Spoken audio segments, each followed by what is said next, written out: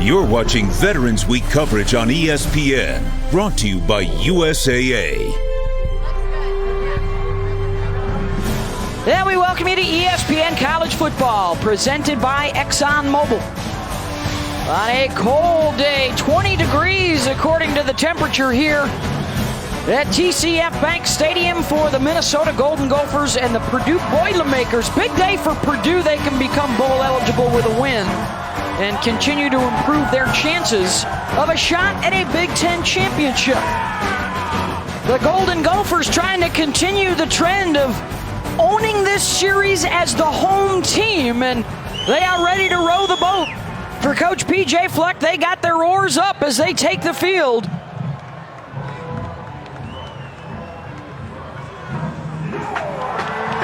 Led by their second-year head coach.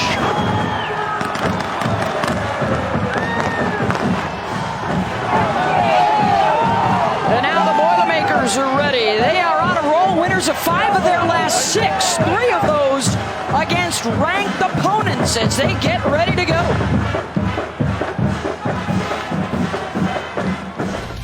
Wow, pumps. Going downfield. Caught. Touchdown, Terry Wright. 45-40. Got the first down. 35-30. 10, 5. Touchdown. You can't believe that play that Rondale Moore just made. Kick is on the way, and the kick is good. It's good. The Purdue Boilermakers have knocked off another top 25 team. And we welcome you to Minnesota. Beth Bowens along with Anthony Beck. We've got Rocky Boyman with us as well today. And for this Purdue Boilermaker team, still very much alive, Anthony, in a chase for the West Division and a shot at a Big Ten championship under their second-year head coach, Jeff Brohm. He's done a fantastic job. I mean, some really signature wins in only his second season. Both of these head coaches coming into the Big Ten at the same time. I'd say Brohm has done a better job early on. He's decided to win with young players, but mixed in some older players as well, some graduate transfers. And for P.J. Fleck, he's going from the base down, the youngest roster in college football. A lot of freshmen on the field today. Yeah, and one of those freshmen for Purdue may be the best in all the land in Rondale Moore. Watch out now. This kid is special, and you better find him because he's got a little thing on his jersey that says slippery when met. That's right, M-E-T, met. You can't bring him down. You can't tackle him.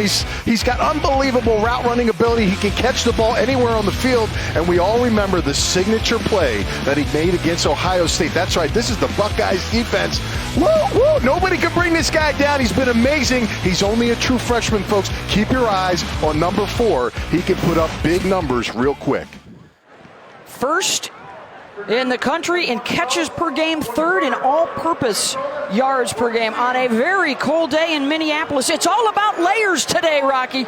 It's not too bad down here, Beth. I'm actually sleeveless under this enormous coat here, but one thing that better heat up today, and that is Minnesota's defense. They've been getting gashed by big plays all season. Huge reason why Rob Smith, the defensive coordinator, was fired 6 days ago. Joe Rossi, the D-line coach, he takes over. He indicated to us yesterday 2 things he wants to see. Number 1, simplify. Allow guys to play less on their plate.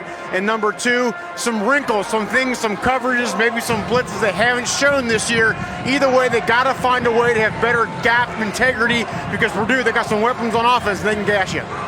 Oh, it is truly the faithful that are out today in Minneapolis. It feels like 11 degrees out as we get set for Gophers and Boilers. ESPN College Football, brought to you by Pizza Hut, official pizza of college football. No one out-pizzas the Hut.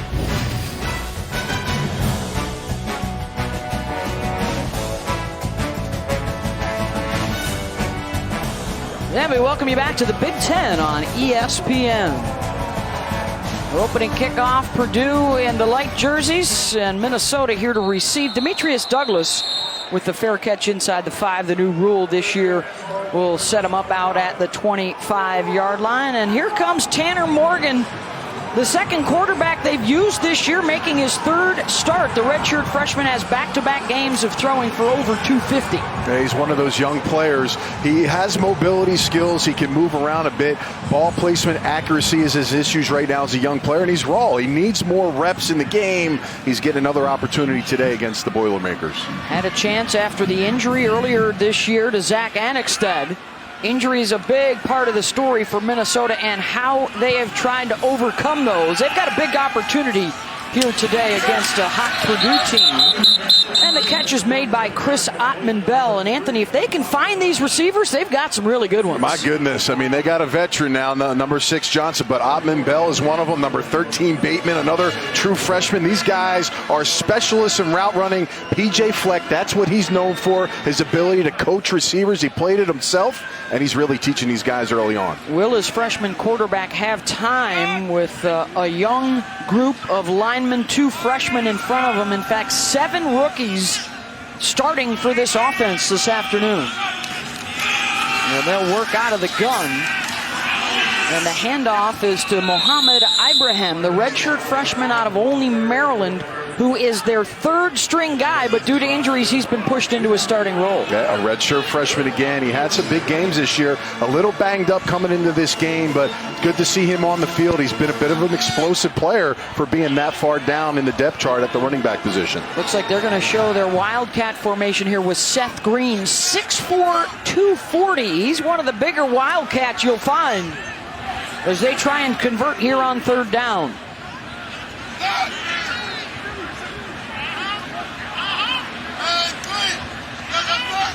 Boilers trying to pack it in up front, and getting to the edge and getting to the 1st down marker is Seth Green. Nice block by Ibrahim to open it up for him. That's a nice job by that left side of the line. Donnell Green, number 73. Ibrahim, watch this. Boom, right on the linebacker. Gets him inside the big body quarterback, 6'4", 240. Seth Green, I know he's in the Wildcat, but he's a receiver for them. So pretty unbelievable. There's Donnell Green getting the start as well at left tackle, their best offensive lineman. 27th start today. He's missed the last 2.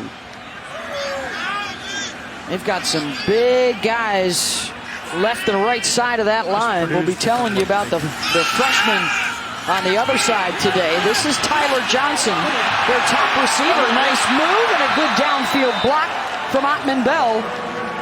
And the run after the catch for 13. Guys, one thing I'm already noticing down here, Purdue gives you a lot of looks, lots of things, especially for a young freshman quarterback to process. What they call it, Anthony, when we talk to Kurt Shiraka, the OC, the pre-snap think box is going to be critical for Morgan today. Yeah, you know, they're making some errors throughout the games early on. They got to see what this Purdue defense is doing. You're getting a ton of disguises, so he's got to be accurate with his eyes. Little play action. They'll dump it off to the tight end, and breaking tackles is Jake Paulson. Gain of 6. Solid start here for the Gophers.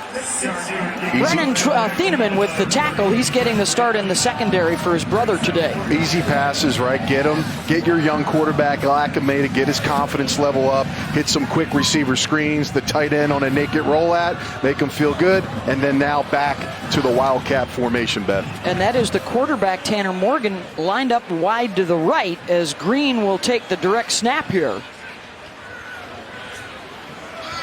Ibrahim is offset. 2nd time they've gone to this in the short yardage. They're not going to get there this time. Good push up front, led by number 9, Lorenzo Neal, the junior out of Houston. And it's 3rd down. Yeah, you know, one of the things when you watch this defensive line and they see the Wildcat and they do their study, they can really load up the box here because he's only thrown 1 pass, Beth, in the last 3 games. So you can get your linebackers aggressive, you can hit those gaps, and when you have big guys in the middle like number 9, Neal, who takes up a lot of space, you can have some success. 3rd and 4 here for Minnesota to try and keep the drive alive just across midfield.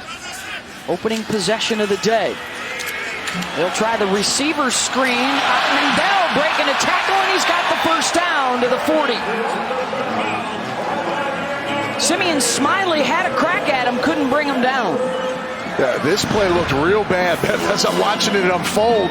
A lot of penetration given up by the corners. Nobody's really blocked, and Ottman-Bell does a nice job of plucking this out and turning and spinning outside and making something out of nothing and getting the 1st down. That was a heck of a block, too, by Connor Olson coming off the line on the left side. Morgan now 4 of 4 with the short throws for 30 yards.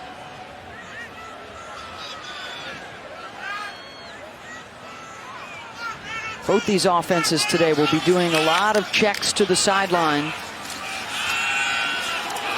Try and go over the top, back shoulder, and it's caught.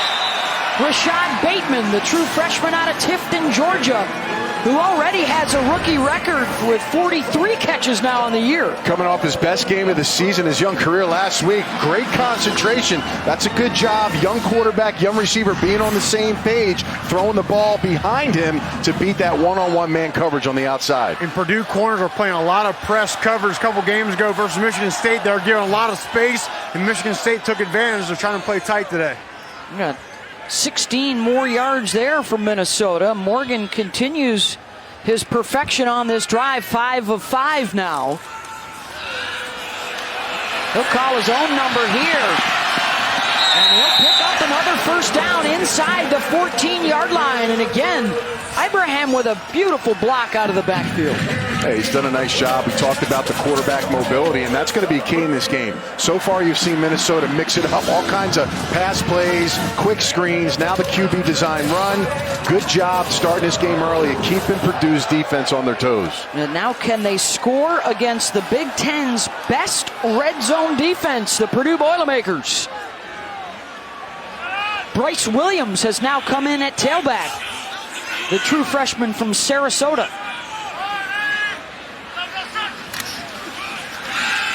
Against a three-man pressure, the slant dropped in the end zone. Bateman had it. Antonio Blackman made sure he didn't hang on to it. Yeah, they're going to run a slant pass here, and Blackman does a nice job. Watch his hand get in there, boom, just enough. He didn't touch the ball, but it was a distracting factor for the young wide receiver. Should have been caught, but again, tough, tight quarters throw and potential catch there by Minnesota. Minnesota seems to like this matchup of Rashad Bateman over Antonio Blackman. Blackman was just a special teams player last year, but on that play, nice coverage. That was the first incompletion of the drive.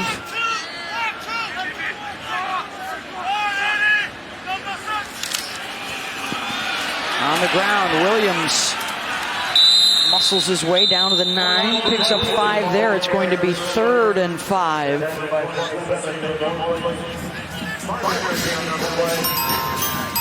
On this 11th play of the drive coming up.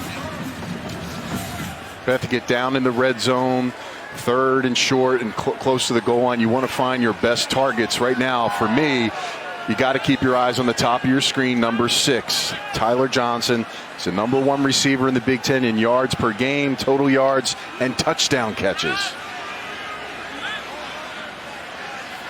Let's see if that's where the freshman quarterback will look. Morgan looking that way. Back to the outside, diving to make the catch at the 6. That's going to be short of the first down. Talked about it, ball placement. Where do you put the footballs? Young quarterbacks got to get it out.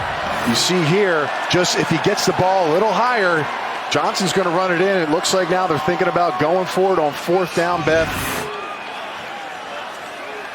And why not? PJ Fleck going to take the chance. They're 50% on the season and looking for the first strike against Purdue. They need a couple of yards to pick up the first down.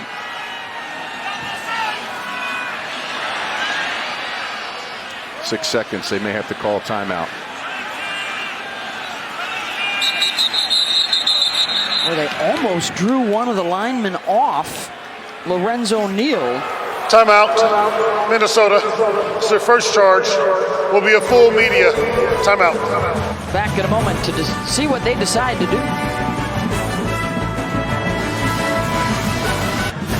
You're watching the Big Ten on ESPN.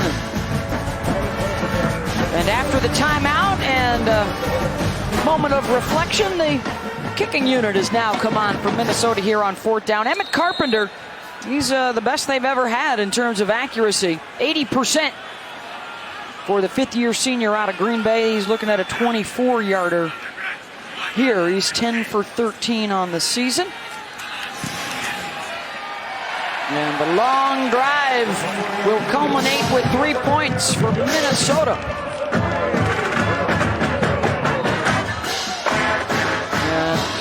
We get set for Jeff Brom and Purdue and that high-scoring offense to have their first touch. This was Coach pregame to his Boilermakers. This is what we got right here. One game on the road. Big Ten game on the road. What are you going to do about it? Yes, sir. Okay? Are you going to stay in the hunt? What are you going to do about it? And it starts as soon as we take the field. Everybody's got to be into it. Everybody's got to raise their level of play. Step up and play as good as you've ever played. Push yourself. Okay? Play hard. Play physical. When this team sets their schedule, when they see Purdue on it, they see an automatic win. So what are you going to do about it? I love it. He's fired up. Little fire and brimstone right there from the head coach. Switch goes on with this guy, man. I'm telling you, he was so cerebral when we spoke to him, and then you see him on the sidelines in the huddle and everything during the game. This guy is fired up. I love it. 3 games left to play in the regular season. They need to win out and have Northwestern lose 2 of their last 3. Northwestern, an underdog on the road to Iowa this afternoon. Wisconsin has already lost today, and they have fallen behind Purdue a half a game in the standings, and a flag on the return here for Rondale Moore out across the 30.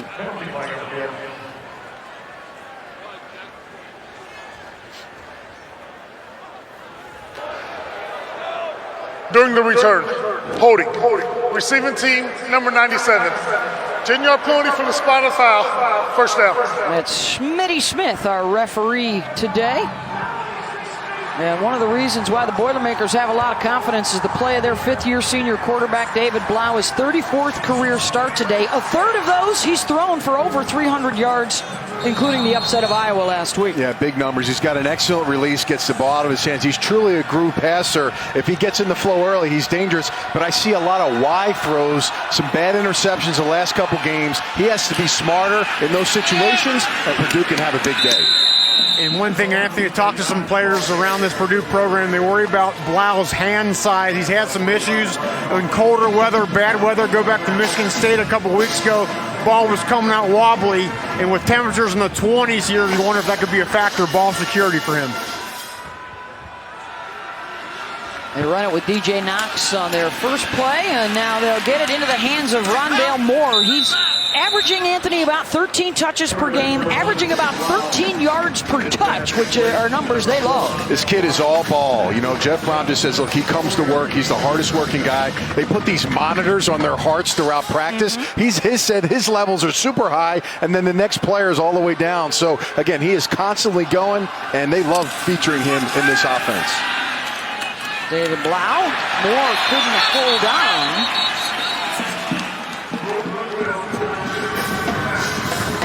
I think the biggest thing for Minnesota today is just be good at tackling.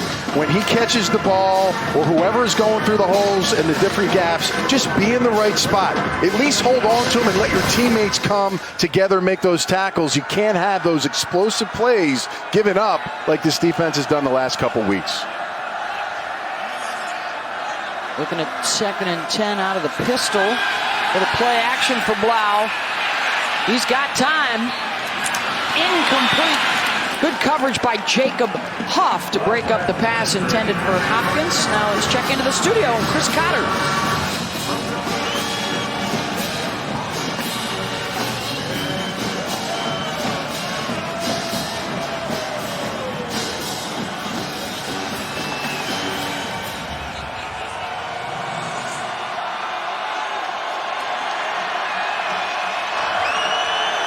Bedlam going on for Oklahoma, number 6 in the latest college football playoff ranking. Still very much in the chase for one of those top 4 spots.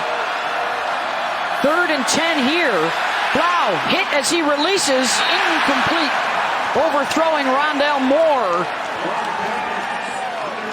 And it's 4th down.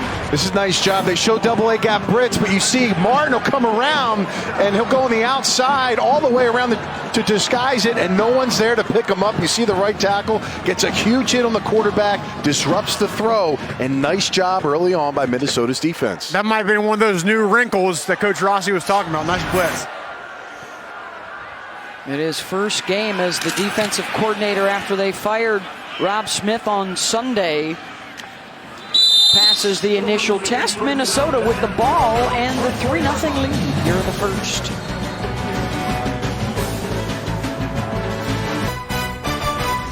ESPN College Football is presented by the unexpected energy of ExxonMobil. Energy lives here. and in part by Buick, proud partner of the NCAA. Oh, I'm sure that's just some apple cider right there outside of TCF Bank Stadium on a cold day. Yesterday, a record low of 11, and right now it still feels like it's 11 degrees, but a lot of the Gopher fans are out and showing their support as all college football fans have been for Tyler Trent. Tyler, by the way, he sent out his prediction, tweeted it out. He thinks it's going to be Boiler up 35-28, but he hopes everybody has brought along their long johns. Certainly our support and our best wishes to Tyler and his family. Getting a chance to watch the Boilermakers on the road, been so inspirational, his story to all college football fans nationwide, and his Boilers almost got the pick right there. Looking for Tyler Johnson. By the way, Tyler is now partnered up with ESPN and the V Foundation, inspired by Jimmy Valvano's speech from the ESPYs a couple decades ago. Don't give up, don't ever give up. Great story, Beth. Continue to watch his fight. It's really been an incredible, and he is a die-hard Boiler fan, that's for sure. You can donate to the V Foundation in his name now, which is a great way for folks to get involved in cancer research and get the funding we need. On 2nd and 10, play action, and there is an interception picked off by Blackman. And a flag is down in the secondary. This has been a big issue for the Gophers, worst in the Big Ten in giveaways. Yeah, a lot going on here, Beth. Ball placement, we talked about it. Here's another example. Wide open in the slant. Just gets to the outside. Got defenders coming right at him, and he takes a big hit. The flag went down. They're probably going to check that to see if it was targeting, but Blackman, Johnny on the spot again, making a big play last series at the goal line, then coming back and making a big interception. Braun obviously probably hearing that they may be looking at that for the targeting play. And Jeff Braun is down on the sideline screaming to the refs. That is not a prior penalty. to the interception, personal foul, defense number 27, targeting, 15-yard penalty, automatic first down. The play is under further review. We'll have to check this one out. And Navon Mosley is 27 right here. Yeah, I mean, look, no, I don't think so. Here's the thing. The receiver, he's going low to the receiver, hits him with his shoulder, but he hits the receiver in the shoulder area. Be interesting to see, but to me, that looks like a clean hit. Receiver just trying to protect himself, Beth. Welcome back to ESPN College Football, presented by ExxonMobil as part of Veterans Week on ESPN, brought to you by USAA. Review has overturned the penalty. No targeting. It's an interception. Yeah, Mosley, 27, clearly uses his shoulder. The arms kind of got pulled out down when that pass there. But again, Tanner Connor has to see, Tanner Morgan. Okay, he has to see that and understand he's got to put that ball on the receiver's body. Now does David Blough and company go for the quick strike. This is Rondale Moore, gets the edge inside the 30, and he runs for a first down on the jet sweep. What you got for us, Chris Cotter?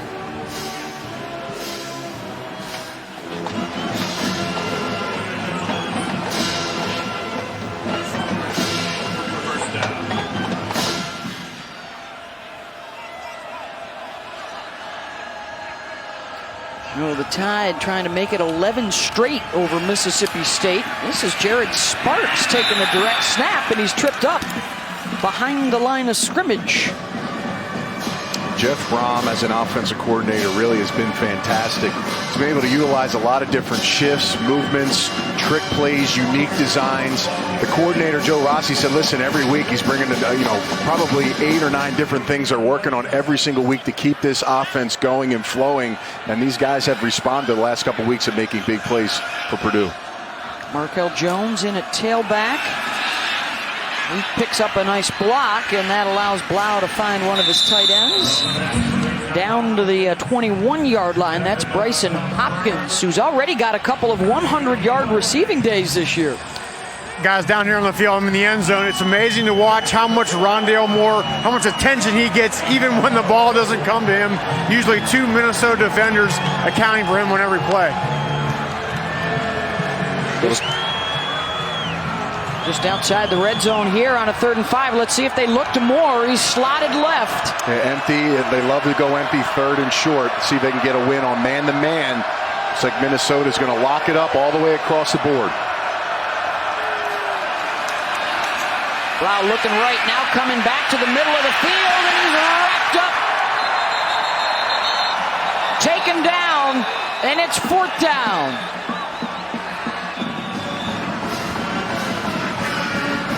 Yeah, the biggest thing Jeff Brom talked about is he needs to see 3 or 5 runs out of Blough in this football game. Now look, stop right there. Look at these lanes he could potentially take off in. He's just a little late on it, and now the lanes close up. If he gets that early, he may have been able to get that first down bet, but those are the different situations when it's covered up well, like Minnesota did, where you can take off and get some of those yards. Boy, Amafe with the takedown, and now for Spencer Evans, a 40-yard attempt. Spencer had the game winner last week to beat Iowa. One of their 3 upsets of ranked opponents. And he puts that one through to tie it up at 3-all. Well, tonight at 8 Eastern on ABC, Trevor Lawrence and number 2 Clemson meeting 17th ranked Boston College up in Chestnut Hill. The Tigers have won the last 7 meetings between these two. It's Saturday Night Football presented by Walmart tonight on ABC, also on the ESPN app. Well, the Boilermakers beat BC in a non-conference game earlier in the year, one of their 3 upsets. Of course, the big one was over Ohio State when the Buckeyes were ranked number 2 in the country. Yeah, Purdue's like, hey, Clemson, watch our film. Well, we knew how to get it done versus a common opponent, and they handled it. I believe it was 30-13 in that football game. So, you know, Purdue, again, 3 big wins, Beth. It's really been a nice job by Brom, doing a lot less with more because, you know, his recruiting classes haven't been stellar. Now, Rondale Moore obviously solves a lot of problems for you, but he's really built with a lot of the players that were already here and mixed in some young players as well. Had a winning season last year and now trying to get bowl eligible again this year with a win here today. Minnesota, though, standing in the way. And for the Golden Gophers and P.J. Fleck, a terrific start. They got out 3-0, including a nice win against Fresno State. But then the injuries started at quarterback, their top 2 running backs, and a significant injury in the secondary. And as a result, they dropped 5 of their last 6 games. They've been allowing 45 points per game, and that resulted in defensive coordinator Rob Smith getting fired on Sunday. Joe Rossi promoted from the D-line coach now as the DC this week. Yeah, and he's done a nice job. You know, P.J. Fleck said, look, we had to make a gigantic change overall just for the program during the season, and he did it. And so far, the defense has responded early on in this game. Rocky?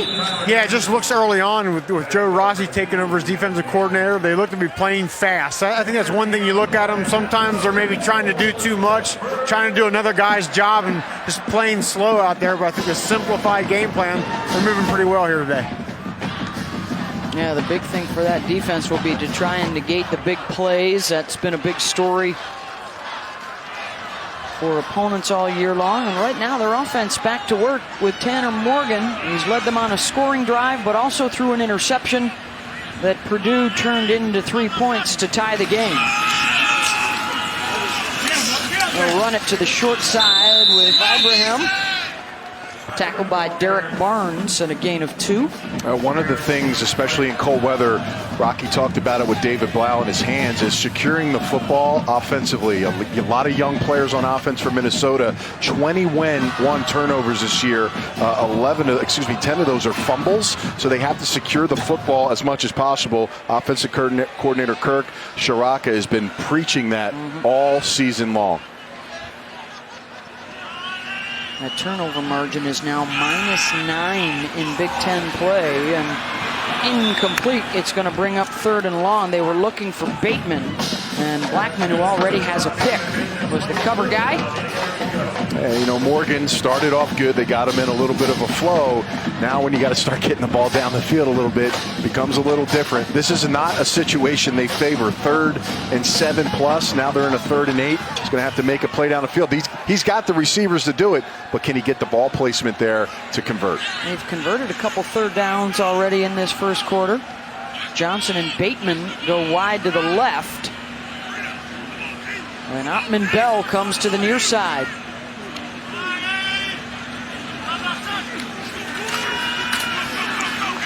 Nice blocking in front of the quarterback, and they finally get to him as he runs out of time.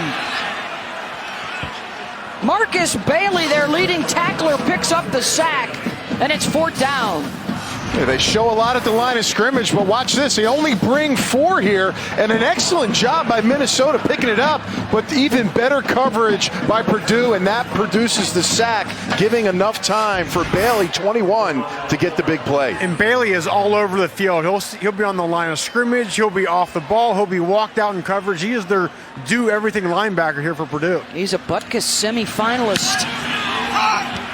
One of the top guys in the conference. The punt will take a fortuitous couple of bounces for the Gophers. They'll down it at the 23-yard line. That's a 41-yard punt.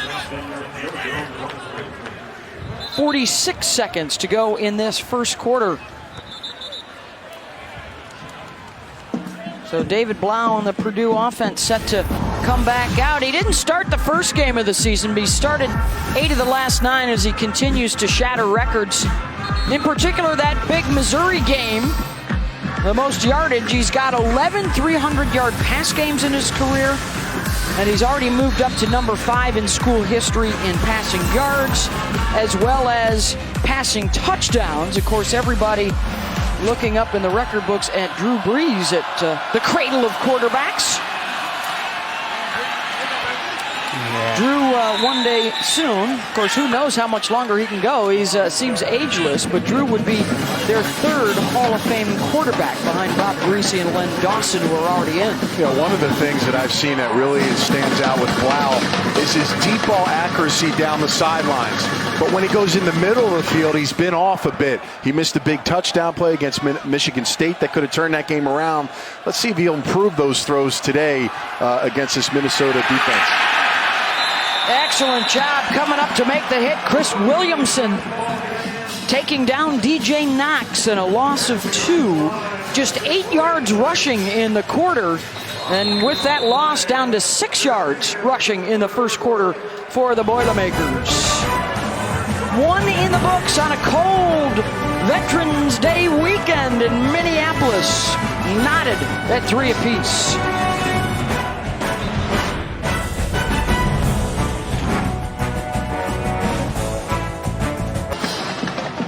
It's just another 20-degree day here in Minnesota, although the feels like temperature is around 10 degrees. Even the officials, that's Smitty Smith and Bobby Colissimo, flossing a little bit out there pregame, trying to stay warm and toasty.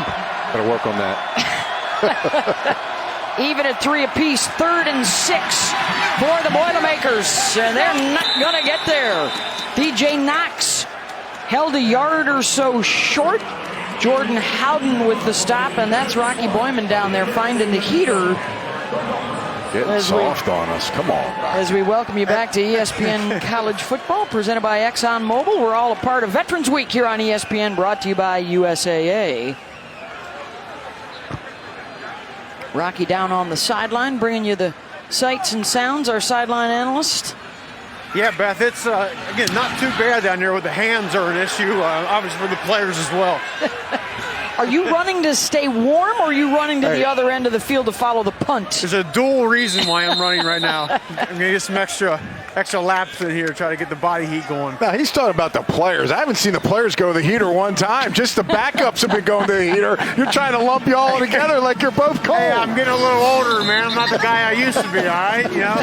But you know how it is, Anthony. As a player, you don't really affect you much in terms of your body. It's the hands. For me, as long as my hands were warm, I could be okay. okay. You're right. They can go numb. As a tackler, you make those big collisions. You lose a little touch in your hands. Same when you get hit as a receiver, running back, your hands start to go numb, and you got to get that ball the next play. That's tough. So keeping those hands warm is an awfully good idea.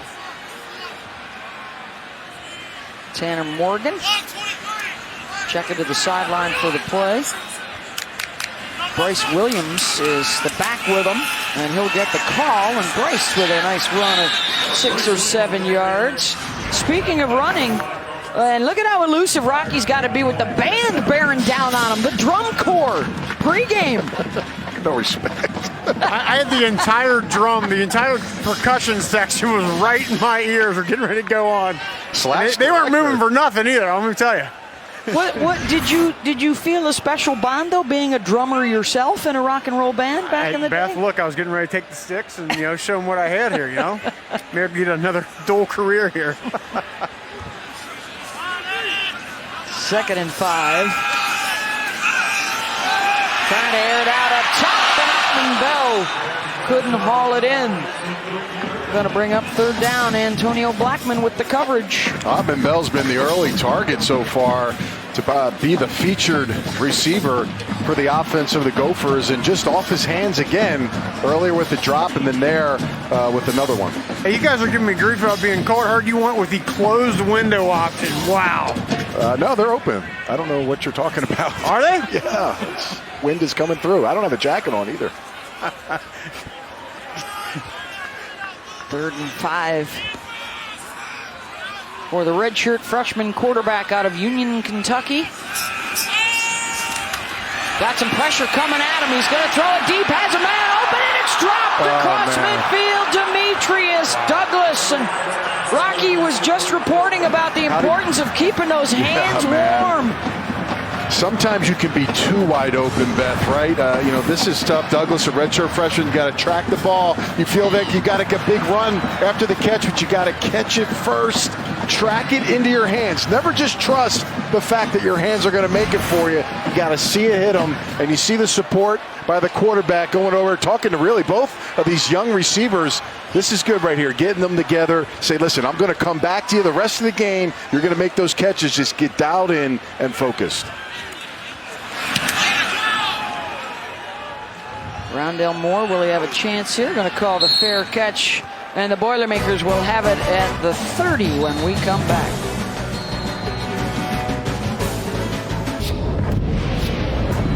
ESPN, home of the college football playoff.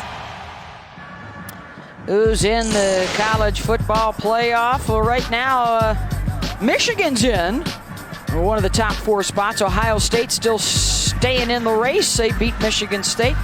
Penn State toppled Wisconsin, so Wisconsin falls behind Purdue in the Big Ten West race.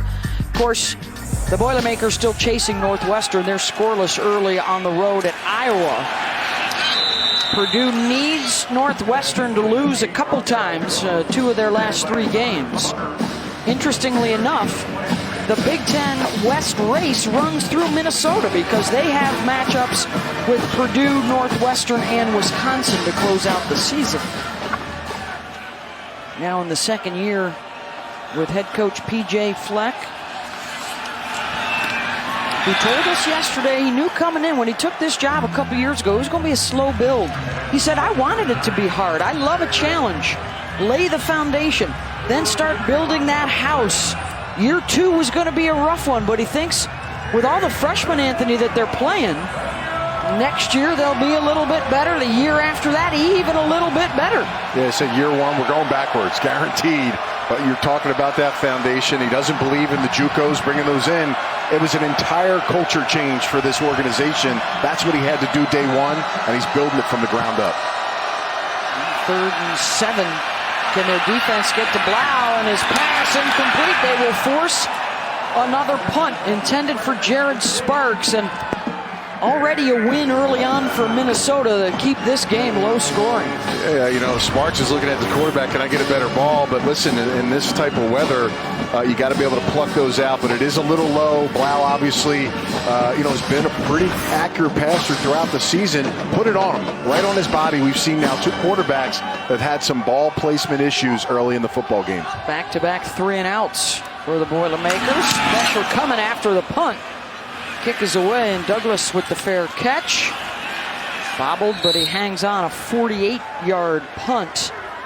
Here's how things look in the Big Ten West. Of course, the East is still open as well. Probably going to come down to that Michigan-Ohio State game. But in the West, Northwestern in the driver's seat, followed now by Purdue, Wisconsin with the loss. Iowa still an outside chance. Everybody needs Northwestern to lose a couple times, though, because they already have the tiebreak against Purdue and Wisconsin. Yeah, and look, Minnesota can be a bit of a spoiler, right? They're looking for a signature win, and so far, I've been impressed, Rocky, with their defensive play, and let's see if they can continue it now and get something going on offense.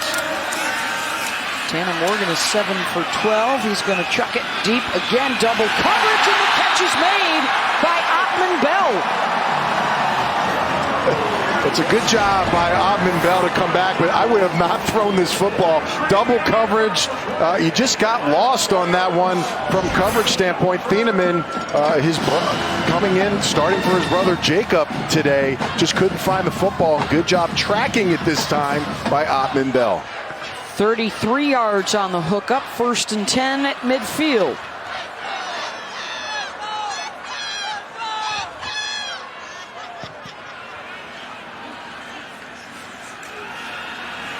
Play action. Morgan will keep.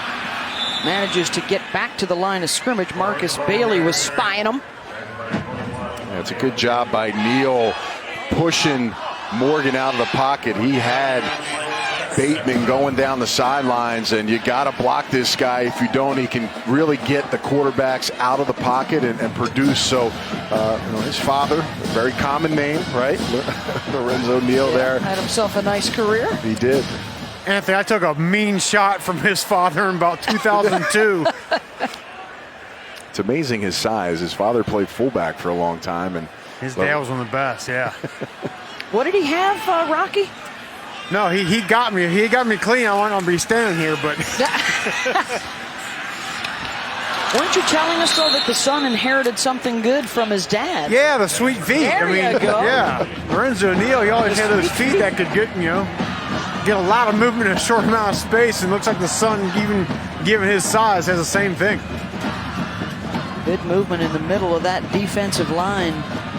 They held Ohio State to just 76 yards rushing. In fact, 4 opponents they've held under 100 yards rushing, holding Minnesota to 27 so far, and now a passing situation here on 3rd and 9.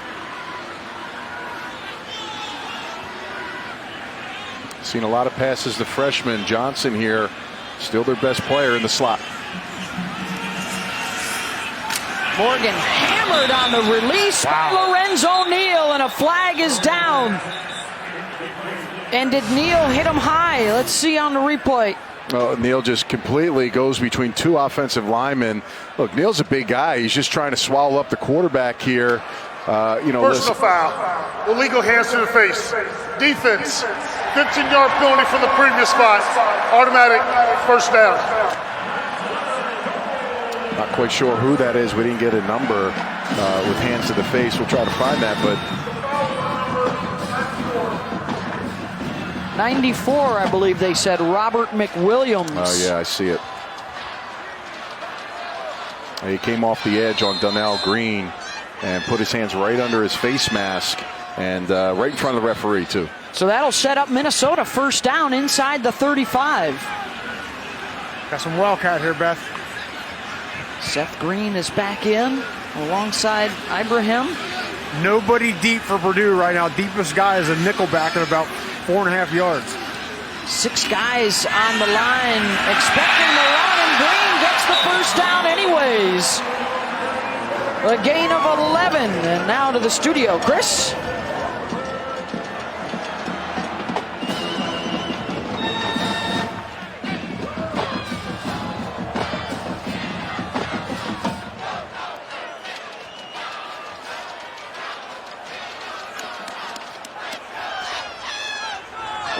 dropping a little Ferdy Pacheco knowledge on us.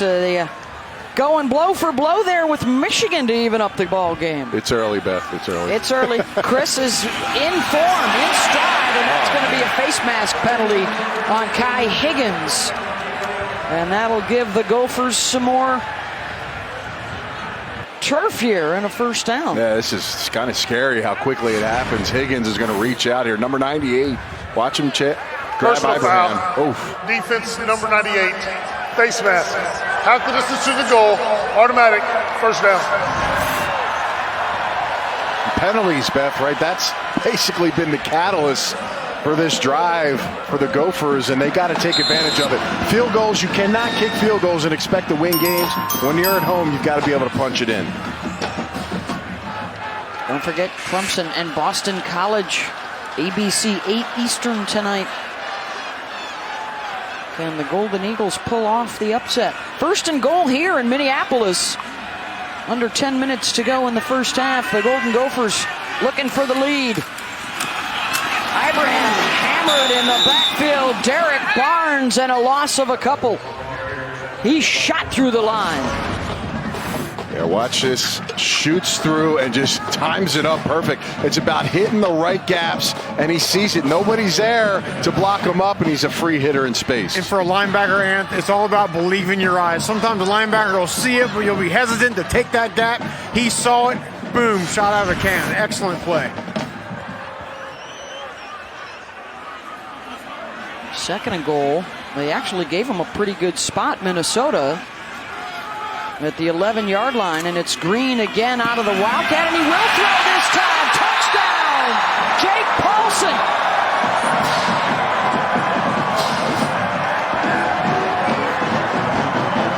Selling the run on the Wildcat all season long, and nobody went with Paulson. Yeah, well, they read the scouting report. He has not made a pass in 3 games, but we saw him practice yesterday. They put in the tight end jump pass. Here's a defender on the tight end, and he's going to go around. Touchdown, very simple. And again, that's the replacement for his brother. Jacob Thiemann is the normal starter, 41. His younger brother is in there today, and he doesn't see it, gets faked and pulled in. Touchdown, Gophers. 7 plays, 83 yards, aided by a couple of big penalties. And in 3 minutes and 23 seconds, they drive down the field and grab the lead over Purdue.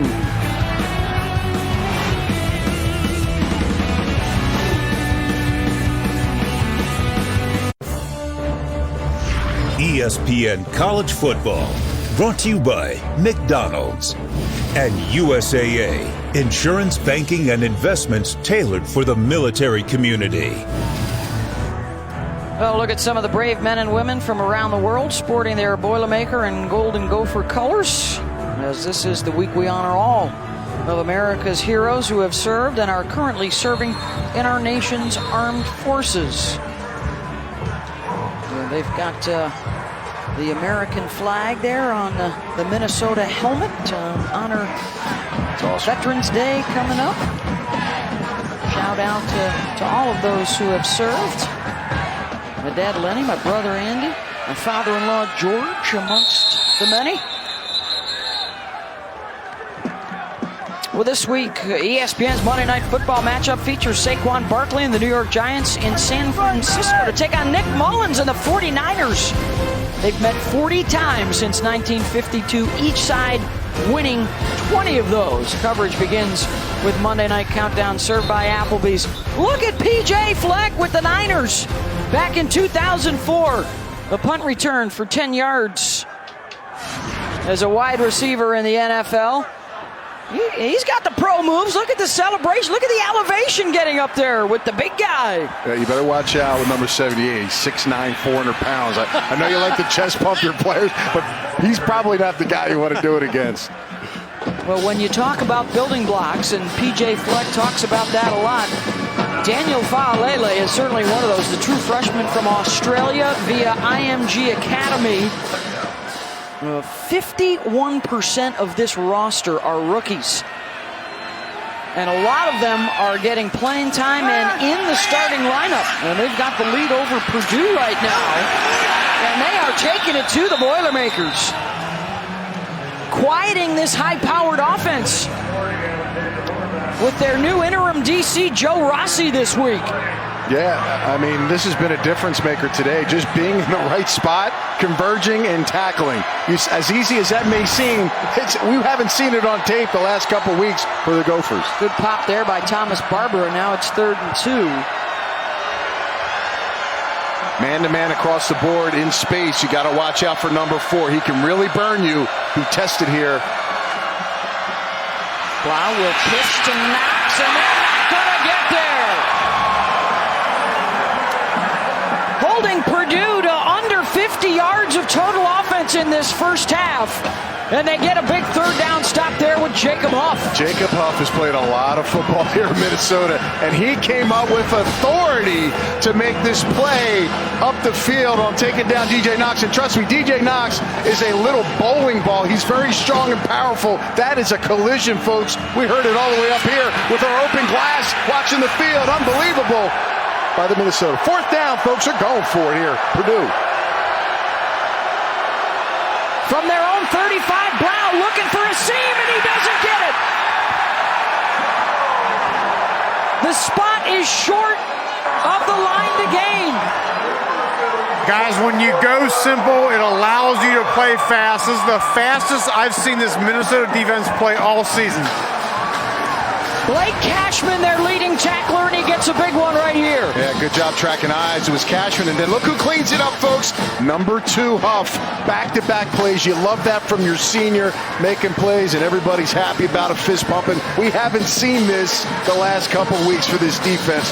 Fun to see early on in this game. And that sets them up at the Purdue 34-yard line, 1st and 10.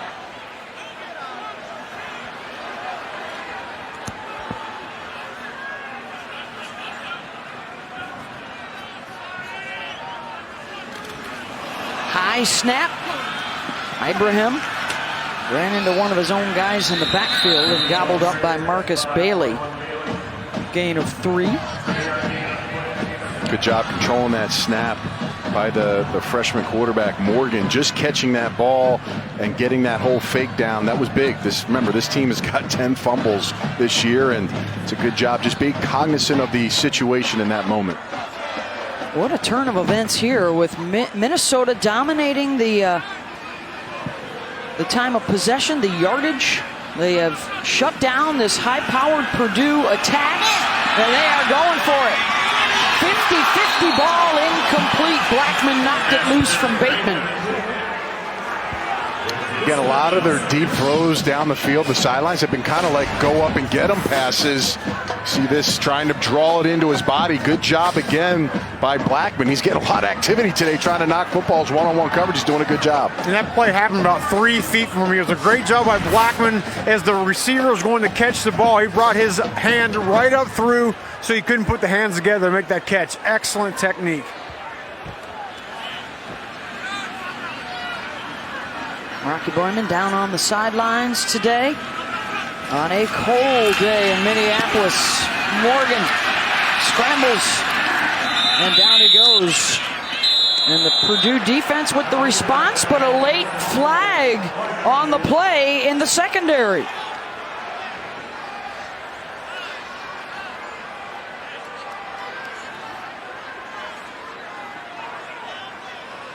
This is huge too, Beth. That happens to be on Purdue. Because it should be 4th down After here. the play, unsportsmanlike conduct, defense number 46, 15-yard penalty, automatic 1st down. This is number 46, first foul that leads towards disqualification. That's Cornell Jones. He gets blocked through the whistle by number 64, Olsen, and he gets off the ground and gets in the face Watch this. He's getting blocked right here. He's finishing.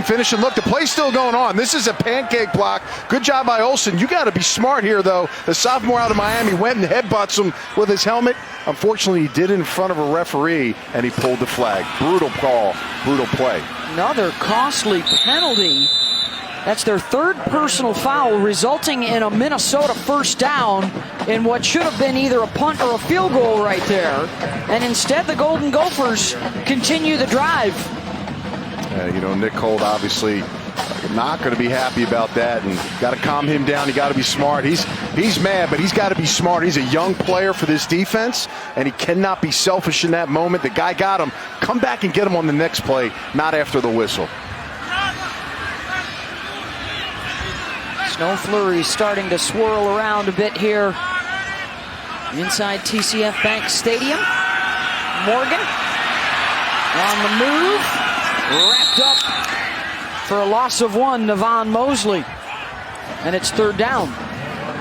Again, Blackman and having coverage on the outside on number 6, Tyler Johnson. They wanted the slant route. It was a quick route, so quarterback, if he doesn't get out of his hands, there's really no one else in the progression. He ends up taking off and at least salvaging something. Good job. Purdue's doing a good job, Beth, of holding them down. They just can't make silly mistakes here with penalties. Controlling the game by controlling the ball so far as Minnesota trying to add to their lead. 3rd and 8.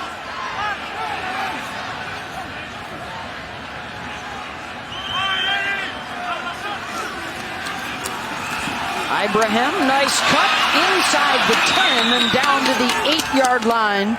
Thieneman and Mosley got him. Yeah, Fleck's going to think about this now. This is an area where they got a little momentum going on. He's going to watch this, probably draw some of that clock down. He's got about a full 3 yards, but this is a smart play. Get the kick, add to it. This is a bonus point, right? You get the ball back because of a penalty and continue to drive. They're going to go for the field goal. I would have taken it, Anthony. I would have taken the momentum and tried to go for it on 4th down and really make a statement here in this stadium. He's been good from 24, and now Emmit Carpenter will try from 27.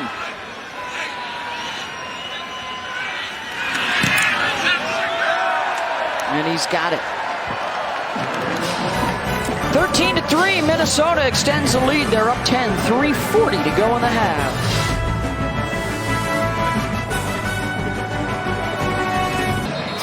Well, this season, Taco Bell is celebrating student sections and passionate fans like the Minnesota Golden Gophers by awarding the best student section of the year. Go to ESPN.com/Taco Bell to see if your team made this week's rankings. The home teams have been pretty dominant over the years in this series. Purdue at home, 21-6. Minnesota, 4-0 since TCF Bank Stadium opened. Got to go back over 10 years, the last time the Boilermakers came up here and won. And that was in the old Metrodome. The offense so far has been anemic for the Boilermakers, and a lot of credit goes to that Minnesota defense. A little different on the momentum on the sidelines. We got guys jumping around from Minnesota, and we got jackets and coats and trying to figure things out on Purdue's side. David Blough is going to have to pick his game up and lead this offense to drum something up. And they may need to get the ball a little more to number 4. Let's check into the studio and Chris Cotter.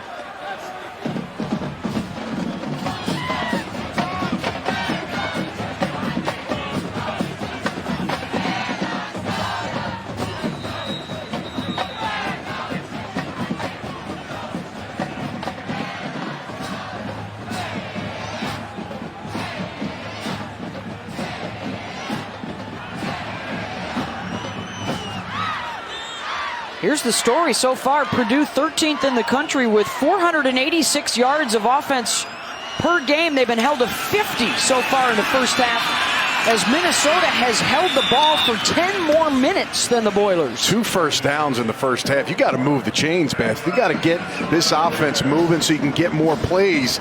And just like I said before at the kickoff, get it to number 4. And he's limping right now off the sidelines. Rondale Moore, number 4, limping in some pain on the sidelines. That's brutal if he can't come back in this game.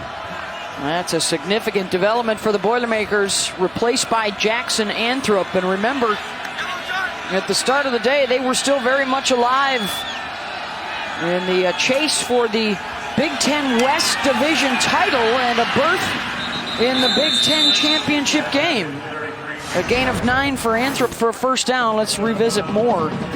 Got tackled right there. Looks like his ankle got really wrapped up, squeezed, and fell on by the defender there. 46. De La Badir, there you go. Well, It looks like he's ready to go. I'm going to try and get right back out there. A little flea flicker here. And nobody on the Golden Gopher side. Thomas Barber got him. And a loss of 5. Got an injury too, Beth.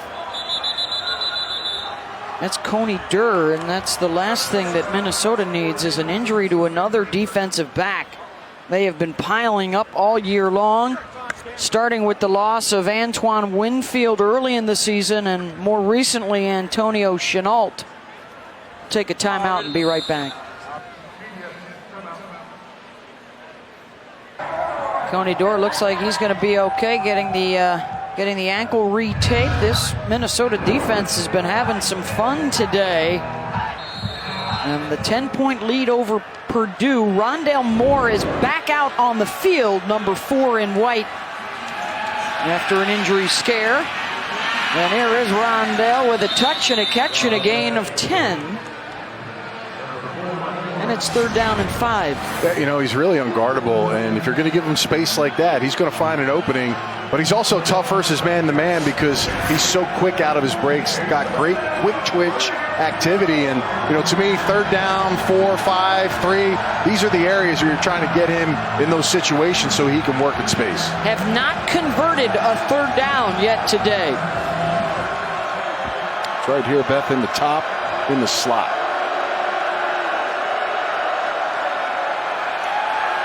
Blough thought about the screen. It's up for grabs. It's caught.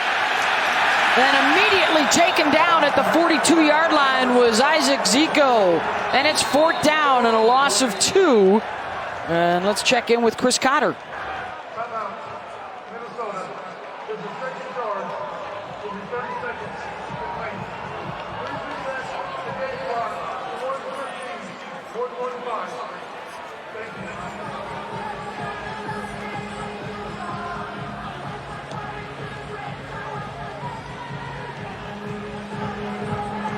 Looking forward to that, Chris. On a day when a lot of the favorites so far have won already in the top 15.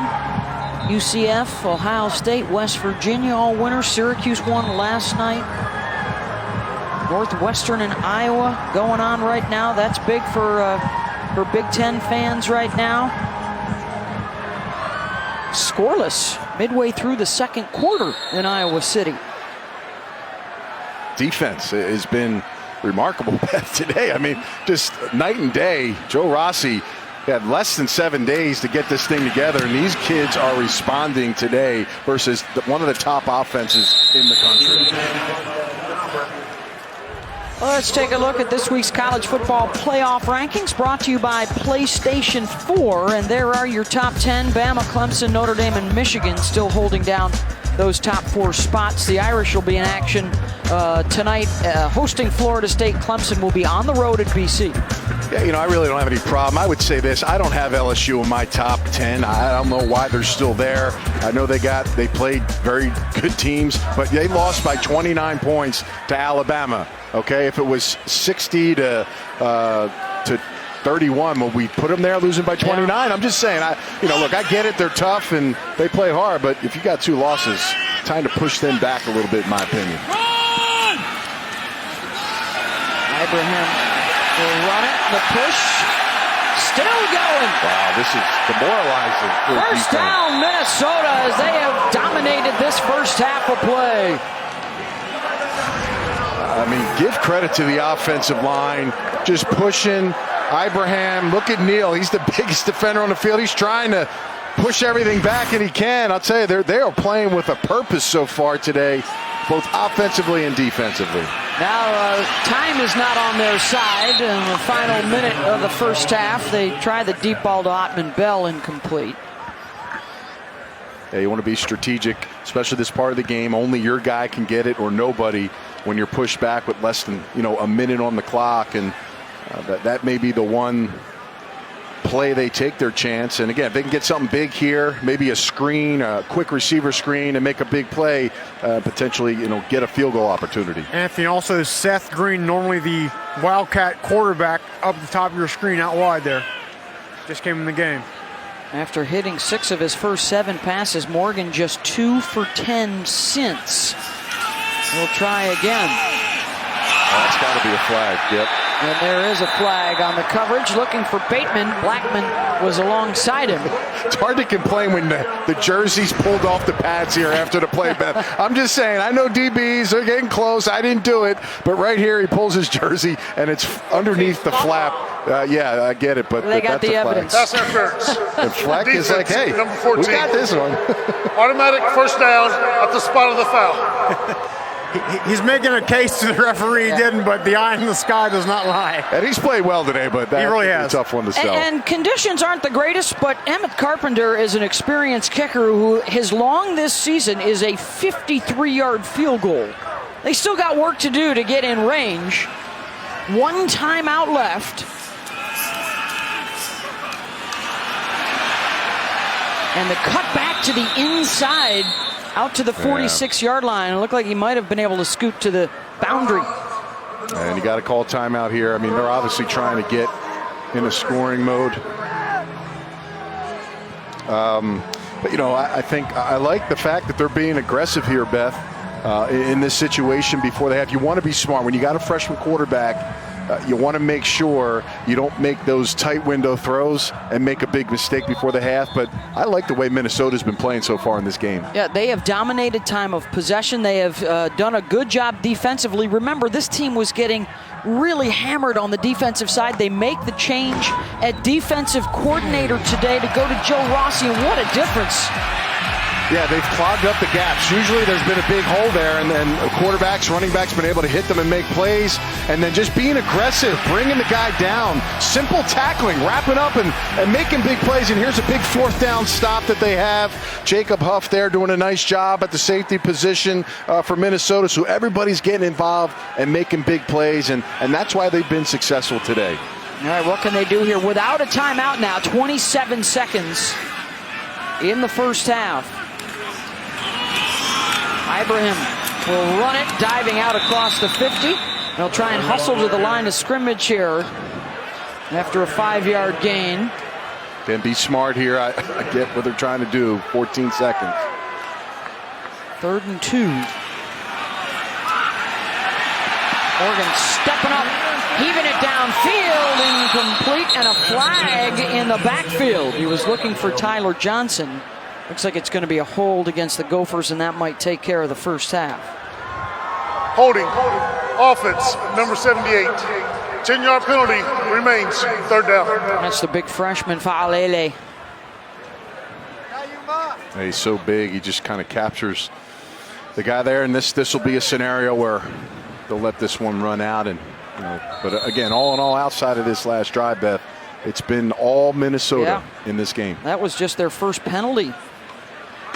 And they will receive the kick to open up the second half as well.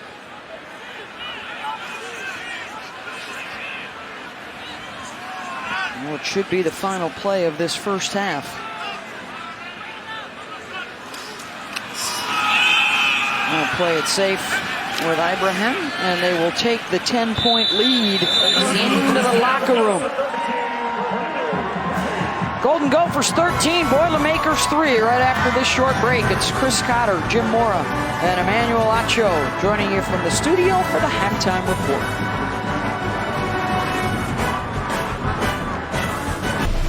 You're watching Veterans Week coverage on ESPN, brought to you by USAA. Welcome back to ESPN College Football, presented by ExxonMobil as part of Veterans Week on ESPN, brought to you by USAA. The snow is now falling here in Minneapolis. The scoreboard favors the Golden Gophers, and so does the stat sheet. What a job so far by this Minnesota defense. Purdue, a top 20 offense in the country, and they have been held to just 68 total yards in the first half. And that includes just 3 first downs and only 4 yards rushing. Beth Mowins, Anthony Beck, Rocky Boyman. Impressive first half of this game for the Golden Gophers. They really have. They came in here not being able to tackle, poor gap recognition, and giving up explosive plays. And to hold the number 13 offense in the country, who normally averages 485 yards, to just 68 in the first half, I'd say that's a job well done by this staff and players. Oh, we talked to Jeff Brom yesterday. He wasn't sure the impact that the weather would have on his offense. Can't state for certain that it has had this big of an impact, and certainly the Minnesota defense gets a lot of credit as well. Let's see if they try and get the ball a lot more to this guy right here. Rondale Moore had just 4 catches in that first half. That one good for 14 yards. And again, man to man, it's tough. You just don't know where he's going to. Watch this cut right there, man. Stabs his foot in the ground, and just his ability to make people miss. He gets a couple extra yards where normally that wouldn't have been a first down. Blough taken down as he releases. And let's check back in with Rocky Boyman on a frigid sideline. Rocky? Not just frigid now, Beth. As you can see, snow flurries starting to fall. And I talked with Jeff Brom coming out of the locker room. He said, I really expect weather to be more of an issue here in the second half. He said, we just got to settle down. We were a little bit too panicked out there in the first half. Minnesota was really playing fast. Calm down, see the reads, make some plays. Well, he's got the 5th-year senior at quarterback, Blough, and he is held up. Ball is stripped loose, taken away by Blake Cashman, and he will return it the other way. Minnesota scoop and score off the strip. The nightmare continues, Beth, for Purdue. Ball security, we talked about that being a big issue. Rocky said David Blough's hands were slightly small and he had to be careful, and Cashman comes up big. It's a read option. Cashman stays home, and watch him just go for the football and really just rip it out of the hands of Blough. That's an excellent heads-up play by the linebacker, and he does the rest of it. That's 40 yards after that fumble. Just takes it right out of his hand, and he gets a nice bounce right back in his hands. He also had a big 4th down stop in that first half for this Minnesota defense, playing inspired under new interim DC Joe Rossi.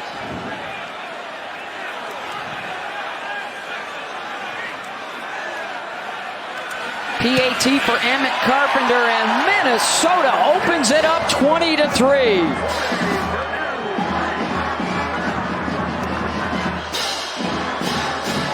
Tap on the chest from Blough to say, hey, that's on me.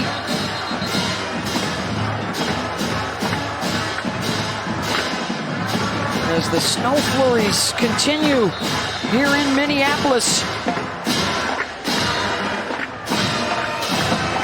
And this Minnesota defense, which has been so susceptible to the big play, they've lost 5 of their last 6, allowing over 500 yards and over 43 points per game. What a different story today. And Beth, we talked all game about how fast Minnesota's defense is playing. I just feel sometimes when you make a coaching change, it allows a team to just hit the reset button. It's almost like they were able to say, look, that was the past. We're starting a new week here this week, really flying around, playing with a ton of confidence. And look at the energy just on their sideline there at the bottom of your screen. They are bouncing all around.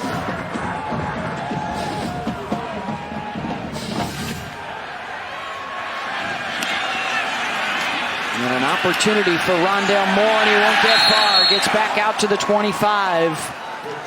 And that is it. Well, this season, for every field goal and extra point made by participating universities, Allstate will make a contribution to the university's General Scholarship Fund. Thank you to Allstate. Score by the defense. And Blake Cashman, 40 yards on the strip, scoop, and score. And now David Blough and the Purdue offense really up against it. They have had no run game to speak of. And Blough rifles it down the middle Bryson Hopkins is tight end out across the 40 and a first down. It's a passing offense. I mean, they're going to set the run up with the pass. They're not concerned about rushing numbers. They're concerned about getting the ball into their playmakers' hands. They've had receivers now put up big numbers throughout this season. We've talked about Rondale Moore, but Bryson Hopkins got to get involved. You see a big catch here. David Blough just got to calm down. He's got the protection. He's got to make the plays when they're called. Incomplete, looking for Moore. 8 catches per game to lead FBS. 5 times Rondale has been over 100 yards receiving, including that massive game against Ohio State. He is one of the top playmakers in the conference. 5 catches, 46 yards today.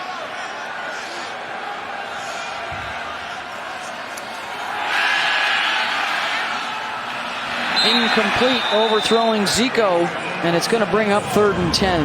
I think the biggest thing with Blough, too, when you watch him on film and some of the games he struggled, he's just got to calm himself down. You know, when we talked to Jeff Brown, he said, listen, he gets a little rattled sometimes. In the beginning, when we talked about him in the scouting report, I said, look, he's a groove passer. He needs to get several completions in a row to get his confidence up. Right now, he hasn't had back-to-back completions in quite a long time. Top of the screen, Big Ten sack leader Carter Coughlin. Haven't called his name much. He's looking to make an impact. Number 45. Blough's pass is away, deep downfield, incomplete. Looking for Terry Wright, and it was Kamal Martin getting in after the quarterback. Look at the edges here. Nice job by number 21 there off the edge. Martin, just a sandwich job. Blough's able to get it off, but just not able to get the play. Good coverage. Bounces really right off the chest of number 9, Wright, who had his biggest game of the season last year. So again, Beth, just not able to drum it up. Blough obviously feeling that hit on the sidelines, and another punt for Purdue. Fair catch at the 11-yard line. 47 yards on the punt. All Golden Gophers so far in Minneapolis.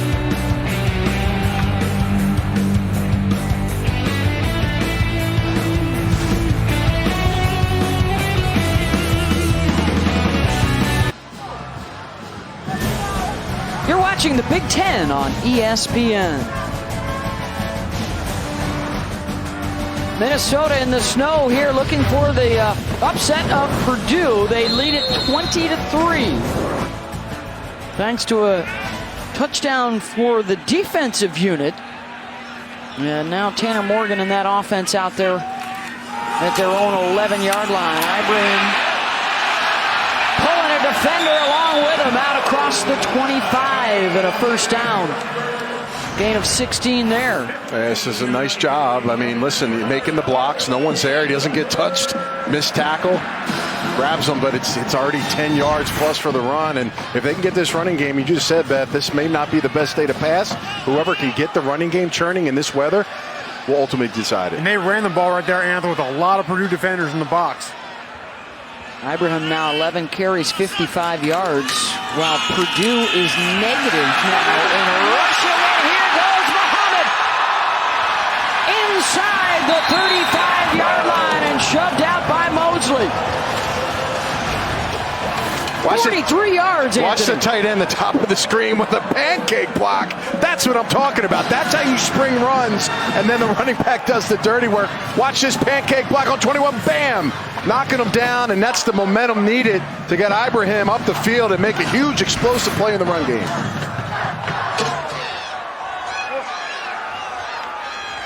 Colton Beebe with a huge block, and they'll try the Wildcat here with Seth Green. He's got a touchdown pass out of the Cat. He'll run it here, and a flag is down after a 4-yard gain. Yeah, maybe a hold on the edge.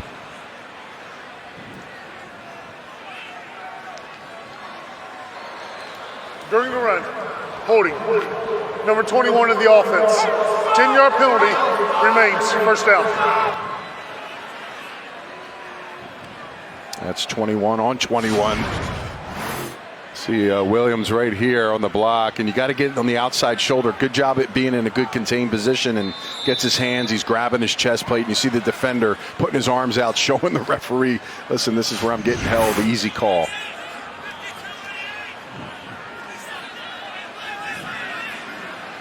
Bryce Williams is the offset back.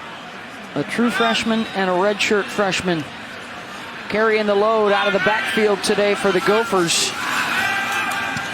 With all the injuries they've had. And the pass caught. Tyler Johnson waited for it to come down at the 5-yard line. First and goal. How did he catch this football? He's in the slot, one-on-one versus the true freshman Trice. He just drops it in. Trice just puts his hands up. He'd be able to knock it down. Huge play for the Gophers. First and goal. Williams up the middle to the 2. Tackled by Marcus Bailey. Watch this. Trice just gets his hands up. He'll knock it down. Great concentration. That's why he's the top receiver in the Big Ten. Beth right there tracking the ball. You don't see him dropping many balls at the receiver position. Minnesota, they started this drive back at their own 11-yard line and just hammering away at the Purdue defense. Seth Green again, second and goal.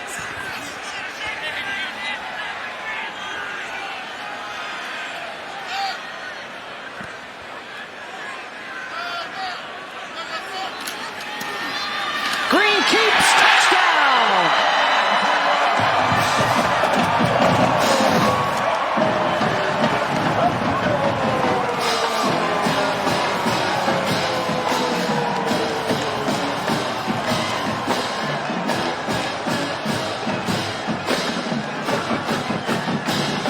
Touchdown pass and a touchdown run for Seth Green today, and Minnesota's pouring it on. Starting to dominate now in this weather in the run game, Beth. It's been tough, and Minnesota's shown that this has not been a question for them in this weather. Only needed 5 plays to go 89 yards for the score. Go to Tyler Johnson, winning knee. We haven't seen him catch many balls today, but the junior receiver comes up big on this drive, and then you put your big quarterback, number 17, Seth Green, in the Wildcat. Nobody home untouched, touchdown, Gophers.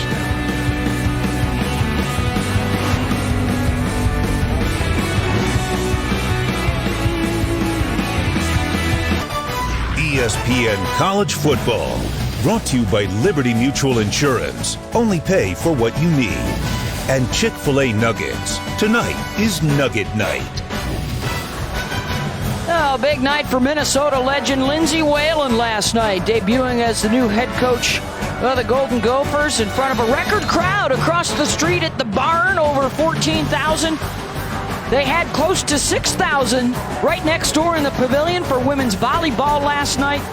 And a big night for Gopher Athletics. Their women's soccer team was on the road, and they won their first-round NCAA tournament matchup, beating Auburn. Great stuff for a lot of the sports teams. This would be a huge win for the football team. They are taking it to Purdue so far. This is their new home, by the way, for all the student athletes, the Athletes Village, which opened in January. There's the new home of Row the Boat, the indoor facility, a $166 million upgrade. And the village includes a new football performance center as well as that indoor practice facility. And an opportunity for all the sports to get together at the training table. And around what was a lot of disarray in the last month or so. They've lost 5 of their last 6. What a turnaround today in the snow at home for both the offense and the defense. They have got it all going right now. Well, Beth, you guys were just talking about the facilities. Somebody find me a couple years of eligibility. These facilities are really unbelievable. Great weight room. The indoor facility is out of this world. These athletes really have a good thing going here. I don't see many colleges knocking down the doors to give you those years. I've had plenty of phone calls. Come on now. Oh, okay. A few letters in the mail. Yeah. Blough. Incomplete. Well, and for P.J. Fleck, he talked about the recruiting. It's going to be a slow build. He talked about not only changing the culture here, but changing the identity and changing the perception of Minnesota football. They've had some issues off the field the last few years before he arrived, trying to change all that. Minnesota just rotated in 3 fresh pass rushers here. Purdue doesn't have a third down conversion yet. 0 for 7. And only have 5 first downs all day. And they're going to be looking at a 4th down and short. And, he talked about this 2018 class. They worked the hardest of any class on his team. And they're the leaders, but they're so young.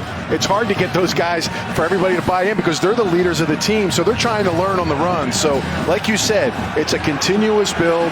And this would be a huge momentum builder for them if they can continue to play like they're playing in this football game. We're going to go for it here on 4th down and 2 for Purdue. That Purdue's desperate right now. They got to get something going. Minnesota's dominated the line of scrimmage. Can you get 2 yards, Purdue? Timeout called by the Boilermakers. Timeout. Purdue, it's the first charge. 30 seconds in length. Let's take a look at our Pacific Life game summary. And a good day for the Golden Gophers. Yeah, just a variety of things on offense. You've seen Morgan come in, and then Seth Green, and then the strip fumble there, getting a touchdown for Cashman. And again, the Wildcat has been a big part of this offense. And Purdue's got no answers. They got no answers on defense. They surely don't have any answers on offense, which to me was, I thought, the given coming into this game from what I've been watching Minnesota's defense the last couple weeks. But they have just answered the bell. New defensive coordinator, interim coordinator Joe Rossi has really got these guys flying around and playing well. What stands out to me down here on the field is just the line of scrimmage. I mean, Minnesota last week versus Illinois just got destroyed on the line of scrimmage. Purdue has not been able to move them off the ball one time tonight. And it looks like Purdue is going to change their mind here. Blough is off to the side as the punting unit now coming on to kick this away. 24 unanswered points for Minnesota. This was a 3-3 game in the first half. And remember, Wisconsin has already lost. If Purdue loses, then a Northwestern win at Iowa today secures them the Big Ten West Division title. They are trailing 3-0 in the second half right now. Got a big one coming up tonight on ABC in the ACC. It's Clemson at Boston College. Saturday Night Football presented by Walmart. And how about the 2 running backs in that one? Travis Etienne and A.J. Dillon going toe-to-toe. You're going to have to try and run on Farrell and Lawrence and that outstanding front 4 for Clemson. I'll tell you now, BC is strong and tough, and if anybody can maybe block these guys up front, it may be their offensive line of BC. And you question how does BC drum up offense, but they just pound the rock. And Adazio said that Dillon's healthy, he's going to be full go in this game. Maybe they can shake it up a little bit and give us some excitement tonight. Yeah, BC, if they win, not only would they probably knock Clemson out of the playoff chase, but they would control their own destiny in the ACC. A Clemson win tonight clinches the division for them and gets them into the ACC championship game. And another nice push by the Golden Gophers. They have taken ownership of this game. And looks like another silly penalty getting called here, potentially on Purdue. And this has been tough. I know Brom's talking to his quarterback, but once he finds out what happens here, he's not going to be happy about it. Timeout for offensive injury. Okay, do we have a false flag? I see a flag. After the play, unsportsmanlike conduct, defense number 92. This is number 92's first foul that leads towards disqualification. 15-yard penalty, automatic first down. That's on Revere. The injured player was Mohamed Ibrahim, who is now walking off to the side. He's on the bottom, number 92. Let's see. I don't know if we can see it, but we'll definitely see this offensive line. This is the second time we've seen a pack move here. And there's Revere right there coming into your screen. I don't know right there if that's worthy of a flag. Let's see who throws it. Well, he's throwing it really late. Maybe he said something derogatory towards the official there and made him pull out a flag. That's tough. They start throwing flags and stuff guys say. Yeah, man, emotional lifts. I mean, I could see if he pushes, punches, hands to the head, does something silly, but kid getting upset didn't seem right. Out of the cat green, and this is reverting back. Boilermaker fans recall the 0-3 start, and some silly penalties hurt them in those first 3 games of the season, and the silly penalties hurting them here today. A couple of players needed to be separated there. Minnesota likes the clock running right here, and the snow is coming down harder now. Should be a little better weather, I would imagine, down in Athens tonight for Auburn and Georgia, the 123rd meeting of the Deep South's oldest rivalry. Of course, Georgia is already into the SEC championship game, as is Alabama. Anthony, I'll tell you what, it's always a good idea to run behind a guy who is 6'9", 400 pounds. He just collapsed that right side down here at field level. Just saw the whole deal move. True freshman. Look at this guy, 6'9", 400 pounds. That's Falele. The kid is ultra powerful, ultra strong. He may be the nicest guy on the field. That may be the problem right now. But he is going to start to get that nasty attitude. They are diligently training him to be that nasty tackle. Look out for this guy in a couple years. He could be one of the dominating forces in the Big Ten. Only his second year of playing football. He's a former rugby player from Australia. Recruited to Minnesota. The family moved from Australia to the U.S. so they could follow his career. Now, for those of you that don't know these racks, they're pretty tall. Look at his feet. They're flat to the ground, reaching all the way up. Are you kidding me? This kid's a giant. Unbelievable.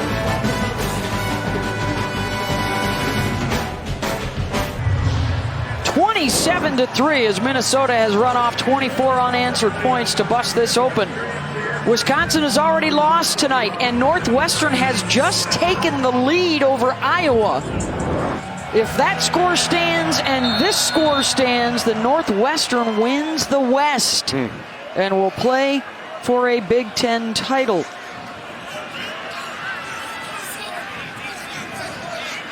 As we welcome you back to ESPN College Football, presented by ExxonMobil.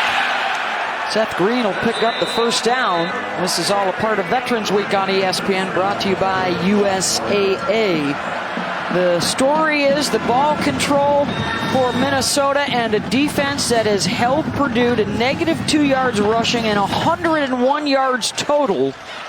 That's about 400 yards less than their average. Offensive line for the Gophers are just hammering the defensive front for Purdue and just driving them out. Clearly have the momentum in this football game. Ibrahim has now gone over 100 yards rushing, 13 carries, 106. And he's going to add to that total. One man to beat.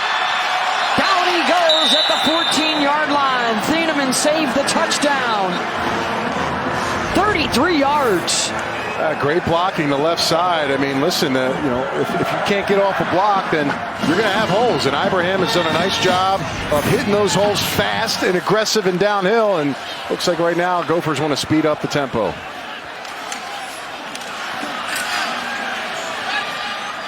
Keep in mind that Mo is the third guy on the depth chart to start out the season. They had 2 veteran backs in Rodney Smith and Shannon Brooks, both out for the season with injuries. So Mohammed became the next guy up. He got hurt briefly. Bryce Williams had to take over, and now Ibrahim back in there as the starter. Williams will give him a breather here.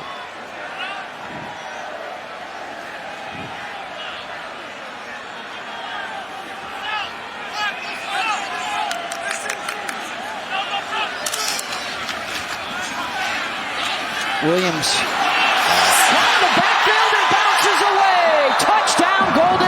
Williams.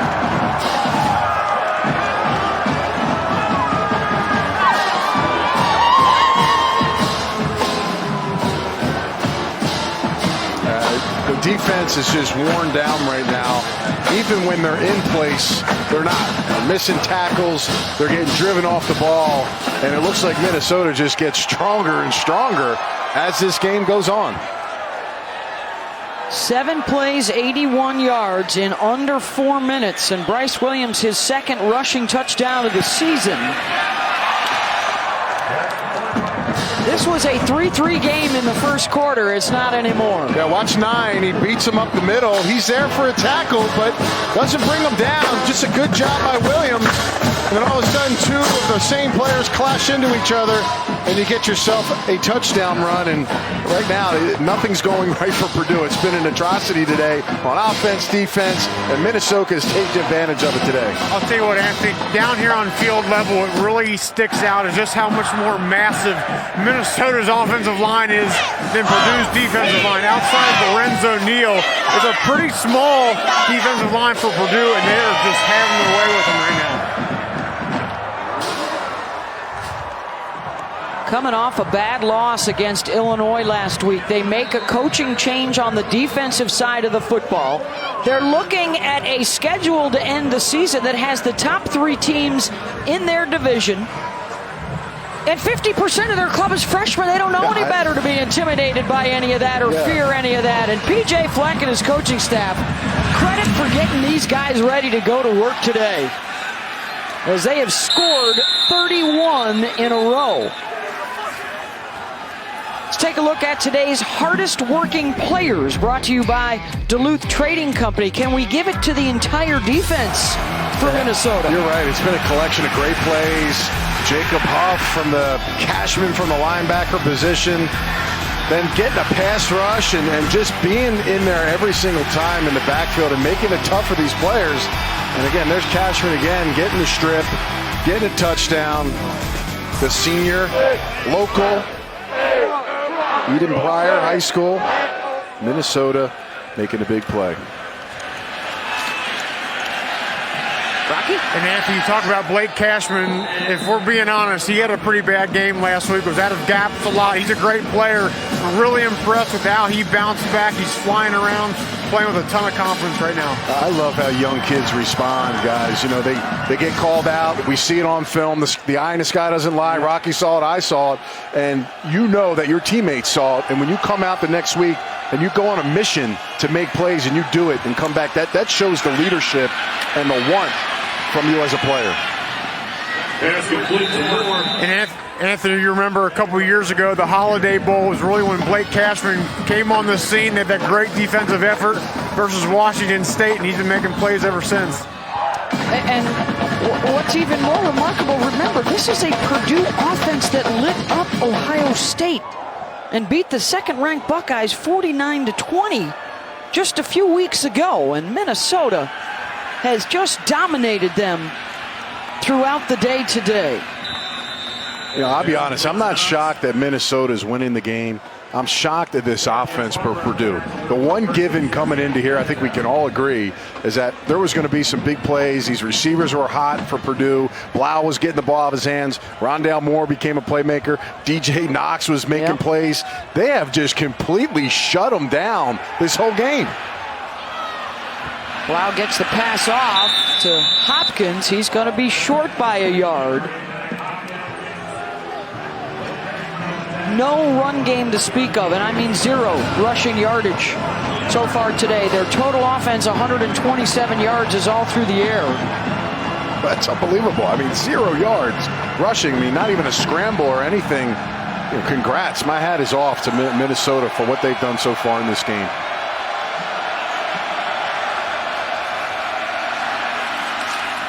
Wow. There it is again. Stuffed him again on 3rd and short. This time it's going to be Thomas Barber, number 41. And he's even getting blocked, Beth. He sheds the block. This is what we haven't seen. Watch 41 right here. He's going to get blocked, and then he's going to shed. So, again, as a linebacker, you got a big lineman on you right there. Can you get around him and make a play and then stop the big, strong running back?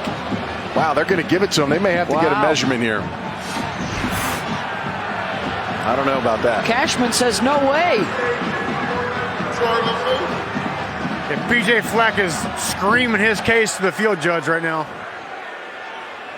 The question is, are we going to get an angle, you know, once they call it a first down? Sometimes it gets tough. It's snowing out. He gets to the 49. Yeah, it's the marker's on the what there, 40.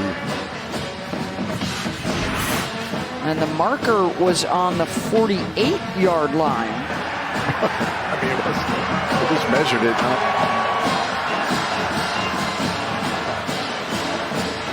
The ruling on the field is a runner short of the line of gain.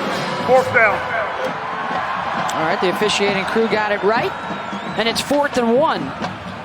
I mean, with 2:18 to go here in the third. Obviously going to go for it here.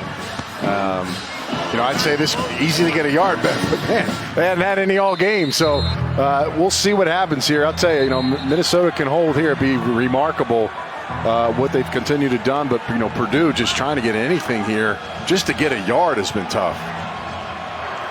0 conversions on 3rd down. They're going for it here on 4th and 1. They only have 6 first downs all day. DJ Knox in the backfield. Blough will go under center. Quarterback keeper, and it looks like he's got it.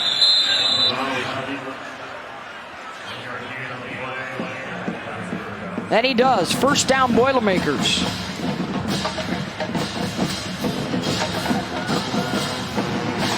Purdue with some tempo here.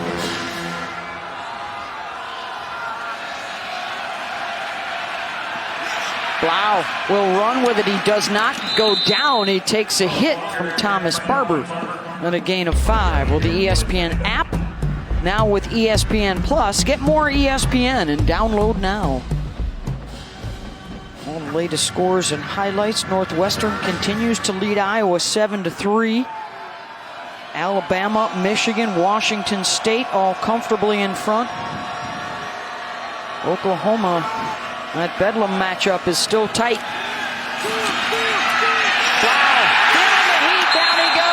Barber got him. 3rd sack of the day for the Golden Gophers. It's all about shedding blocks, and he gets blocked again. Coming around, the end gets blocked, takes the tackle out, and he just wraps around. Nobody's home to help out on this mess here, and the running back's occupied. It's a free run, free hitter. David Blough either has to make a quicker decision or get rid of there, and there's Barber picking up his boy there, appreciating the effort that he gave on that play. A loss of 9 on the play. 3rd and 14. Final minute of this 3rd quarter. The tunnel screen, and Rondale Moore met and hit hard by Kamal Martin. Rocky, complete transformation this week with this defense. It really is. Just shows I've always been a fan of allowing your players to play. Sometimes you things are going wrong. Coach tries to out-coach everybody. Let those guys get out there and just play instead of having to think so much. That's what I'm seeing down here. Gonna go for it again on 4th down.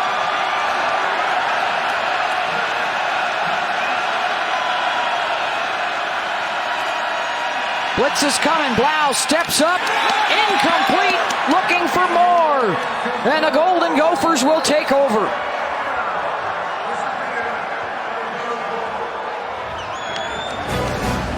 A frustrating day for Purdue. The Golden Gophers are having a blast in the snow in Minneapolis. The 4th quarter coming up. All Minnesota.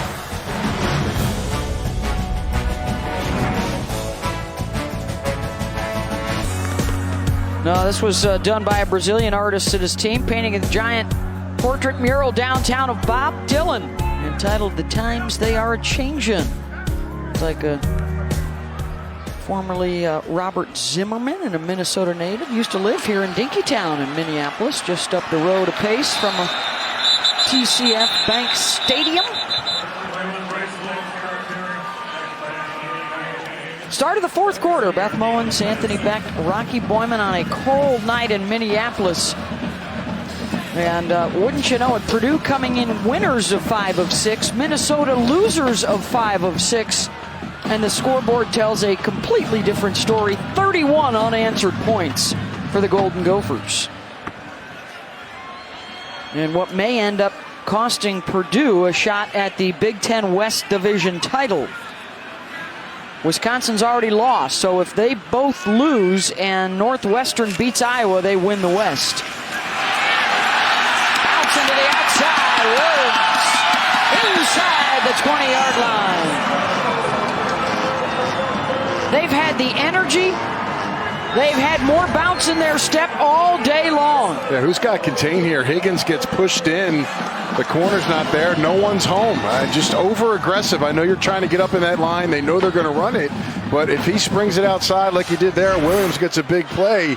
Again, look at the yards here. I mean, 242 yards against Purdue. It's unbelievable. Jets just rushing. They got 30 more right there. So 380 now is their total.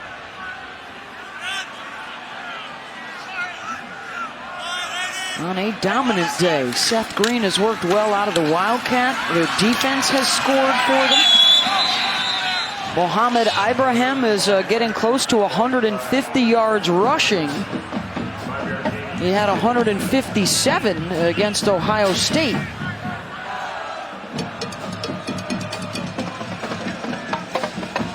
PJ Fleck down here on the sideline next to me, really communicating with his quarterback, clock management, formation, all those things. Part coach, part recruiter, part salesman. You know, they haven't had a rich tradition of winning football, not for a long, long time at Minnesota. You got to convince guys to come and build something. You may lose for a couple of years, but do you want to be a part of the group that changes everything here? And that's something that he's gotten the last couple of recruiting classes to believe. I was just going to say, recruiting classes, going into next year, they feel good about what they got. Everybody's signed, sealed. Well, they're going to be, because they got those offers. So he's confident about these young players, and the more playmakers they can get and the development at the quarterback position, that's going to be key. They feel good about the future.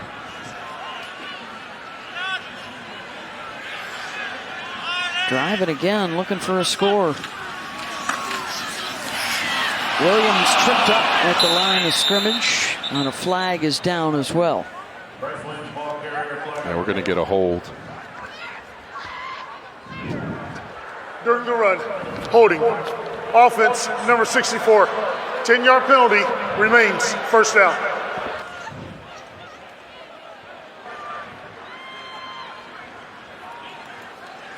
There's a look at recruiting when you talk about both Fleck and Brom coming into the league together, going head-to-head against a lot of guys, and their back-to-back recruiting classes. Fleck has a couple of JUCO defensive linemen, two of the top-rated guys coming in next year. He's also got a couple of quarterbacks, including Cole Kramer from Eden Prairie here in Minnesota.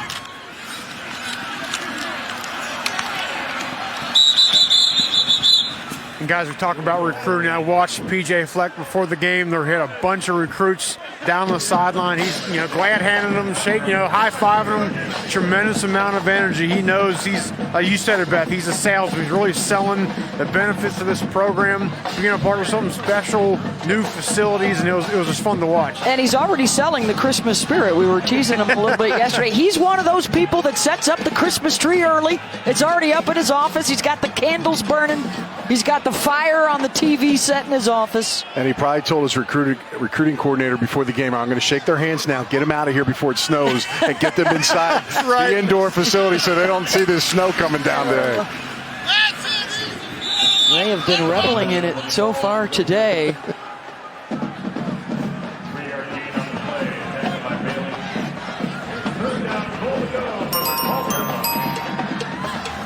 We got more to come tonight. That's the big one on ABC. Clemson at Boston College. BC has never beaten a top 5 opponent at home. They will try and do it tonight. And that place should be buzzing. Yeah. Game day was there today, putting on a show. To the end zone, up for grabs, touchdown Johnson.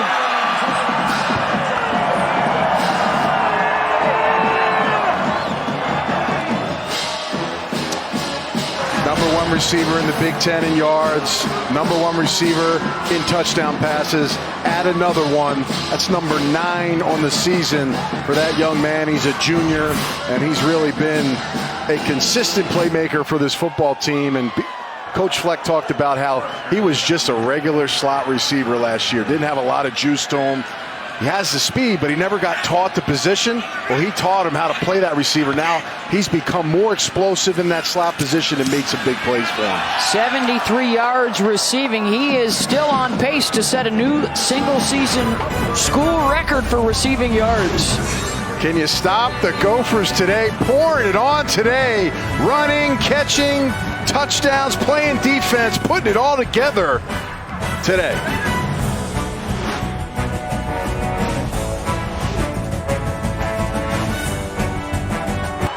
Welcome back to ESPN College Football, presented by ExxonMobil as part of Veterans Week on ESPN, brought to you by USAA. It's like walking right into the freezer here. It's 9 degrees, the feel-like temp. To grab yourself a Buster Bar, it's not cold for the Golden Gopher faithful, as they are enjoying the scene tonight. 38 straight points and a 41-3 lead. What section they in? I may want one. You want a little Buster Bar?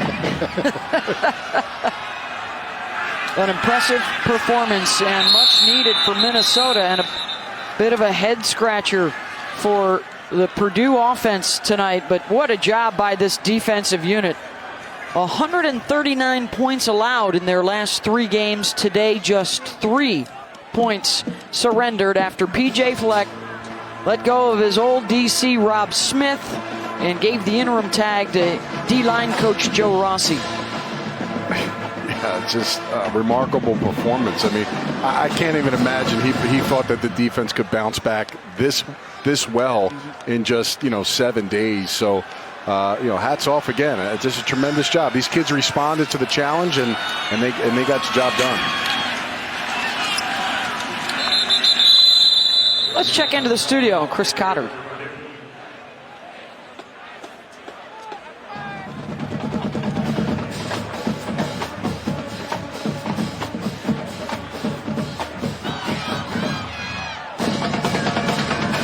Not so fast for Northwestern to claim the West Division as Joe Rossi looks on. I want to talk about a busy month or so, taking over as the interim DC this week. He's also, he and his wife just had a new baby boy, Luca. Yeah, he had some bags under his eyes, long man. Nights. He's like, hey, I'm juggling this week, man. It's been tough. I got the knock on my door. All of a sudden, I'm the DC. And, now it doubles the workload. But, this is great for him. I mean, he's been in this situation before. He said he was an interim head coach for a bowl game at one time. And now he gets that opportunity. And his kids have responded to him. They wanted to simplify it. They wanted to play fast. And the other thing that Fleck talked about is, I want our guys to have fun. We haven't had a whole lot of fun during this losing streak. They're having some fun today, Rocky. Yeah, and sometimes, guys, it's just good to hear the same message from a different set of lips. Just a different way of saying it, different way of coaching. I think it's really sparked this defense.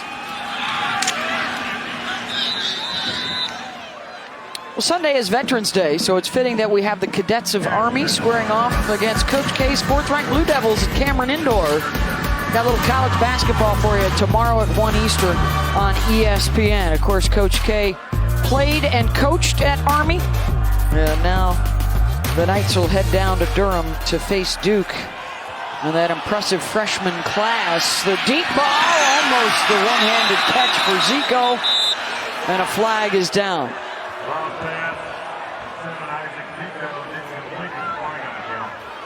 This is pretty good defense. Defense, number 31. 15-yard penalty from the previous spot. Automatic first down. Thomas with tight coverage. I mean, I don't know. He pulls his jersey. He's grabbing it right there. That's where they're going to call it. That 15-yard penalty is tied for the second longest play they've had all day. A 17-yard pass for a team that's one of the best in the country this year in the big plays. They haven't been able to hit them today.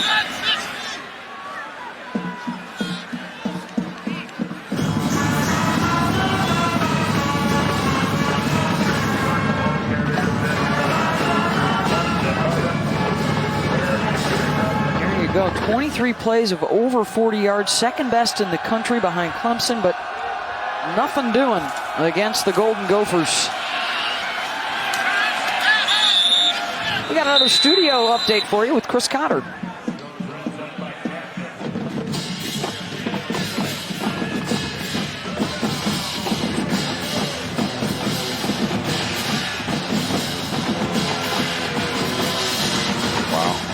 That Big 12 race is still wide open, right? Your West Virginia Mountaineers have both those teams left, right? Oklahoma, Oklahoma State. Yeah, I'll be honest. I'd like to see Oklahoma win that game. I mean, set up for a end of the season finale. Blake Cashman coming up with another huge play for the defense. And a third down stop. It's going to bring up a fourth down here for Purdue. Yeah, Cashman's having a huge day, and he's been money, no pun intended. This kid is just getting it done today. Behind the line of scrimmage, he has answered the bell. You like that, right? It took me a second. I caught that one. My ears are a little frozen, but I like that one, man. That was good. I'm glad you're listening to the broadcast today. Thank you. Oh, they've held Purdue 0 for 11 on third downs today, and here comes a 4th and 1. Knox is the back. Blough converted the last one on a sneak. They'll run for it, and they'll get it. Knox with the cutback at the 15, runs over a defender down to the 10-yard line. Really is a lot of playmakers on Purdue's offense, and that's what kind of leaves me befuddled on the performance today by the Gophers, and just being able to contain Knox, contain Moore, not let Blough have big plays in the passing game. Just a great job collectively for all 11 guys. First play they have run today in the red zone. And we've got 6 minutes to go in the ballgame. Again, the statistics will be staggering when Purdue takes a look back at it. They've only been able to start running the football here in the fourth quarter to bump the numbers up.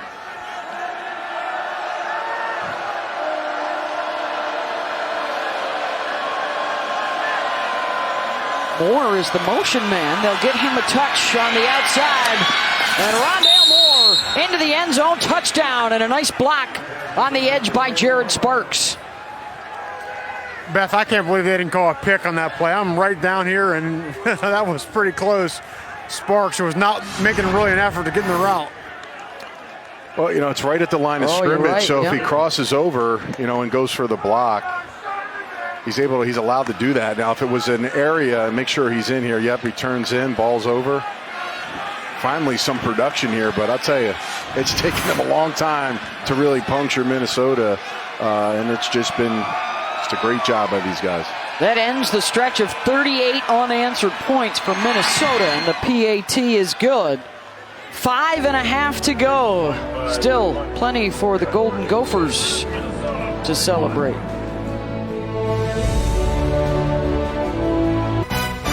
ESPN College Football is presented by the unexpected energy of ExxonMobil. Energy lives here. And in part by Nespresso. Coffee that is a cup above is always worth the quest.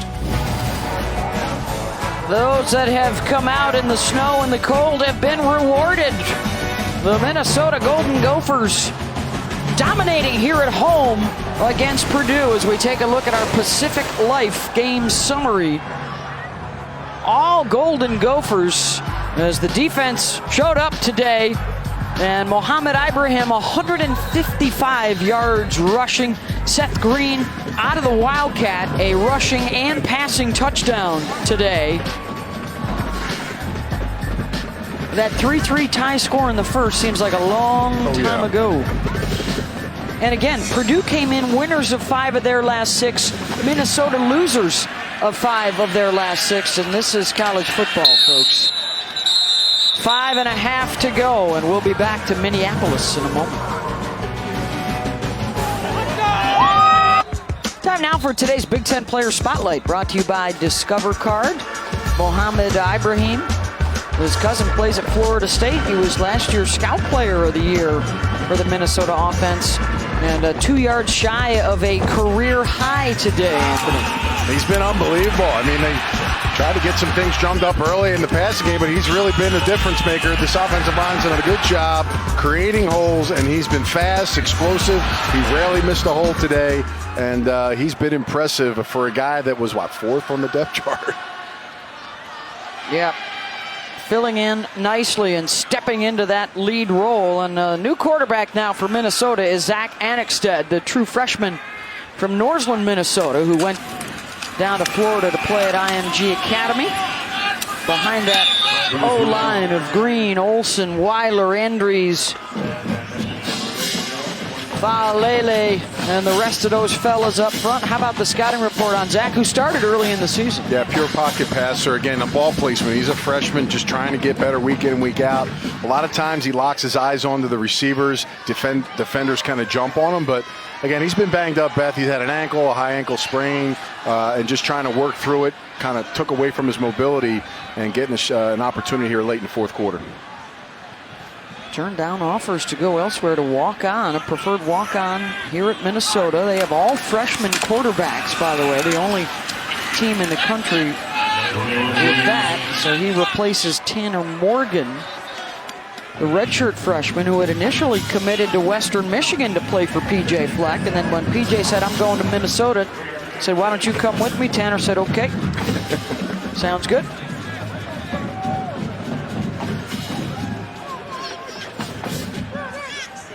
Third and 6 here.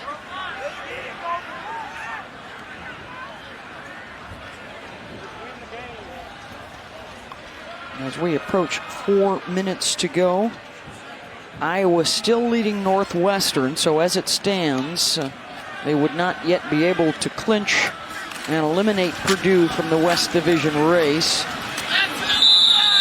But the Boilermakers still would need Northwestern to lose their last 2 games. All of a sudden for Northwestern, by the way, they're coming here next week. Things could be a little bit tougher against Minnesota.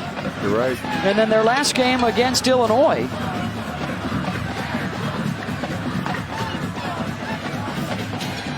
Hey, Coach Brown's got to be disappointed. An unexpected performance by his football team. And you said it, they had all the momentum. 5 of 6 wins. You look at Minnesota, just kind of down in the dumps. I mean, guys banged up, running backs depleted, and these just came out to perform. P.J. Fleck's done a great job continuing to motivate young players to work hard, train hard, and get the job done. And this is the 2nd straight time they've had a big win and then come back and really not played well. Yeah, you're right. Similar situation to beating Ohio State and then losing to Michigan State. Back in a moment. Well, tonight after Cal and USC wrap things up on ESPN Sports Center with Stan and Neil, Irby and Chris will reveal their top 4. And also a look at the blockbuster trade. Jimmy Butler on the move in the NBA, going to Philly. Yep. A lot going on in Philly right now. Of course, last year's Super Bowl championship. They're going to revisit that tomorrow morning on NFL Countdown. And oh, by the way, 10 a.m. Eastern on ESPN. It's NFL Countdown presented by Snickers. They'll go one-on-one with Aaron Donald. And also, 9 months after the Super Bowl, the stories of a magical night in Philly that produced more than just a good time, Anthony Beck. The maternity wards filled with babies named Nick and Carson and even Lily after Philly, the Philly special, including this young fella right here, Carson Key. That's my brother-in-law. That's my sister, Amanda. Oh! Newly born Carson Key on November the 3rd, 6 pounds, 5 ounces. He had all the networks reaching out to him, trying to get them on because they named their baby after Carson Wentz. I'm like, hey, Carson gets on the ESPN, 2 weeks into his birth? It took me 20 years to get on ESPN when I was a sophomore in college. Carson with more Sunday Countdown appearances than Uncle Anthony. Unbelievable. Oh, boy, that'll be fun jealous to watch tomorrow. Congratulations to your sister and your brother-in-law and baby Carson. Get him an agent. We got a studio update now from Chris Cotter.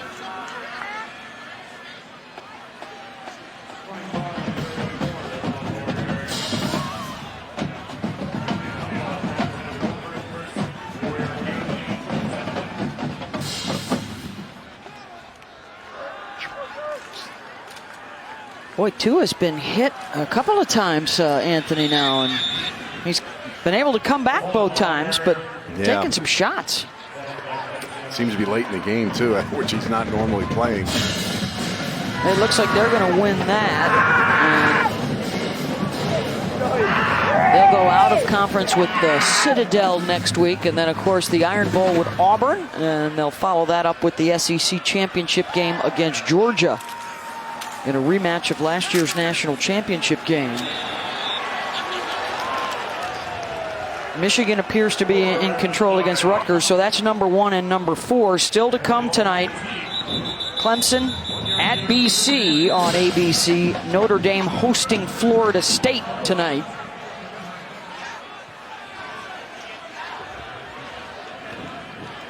And the big news, of course, coming from that game is Ian Book will not be available at quarterback for the Fighting Irish. So it's back to Brandon Wimbush as they take on Florida State at home.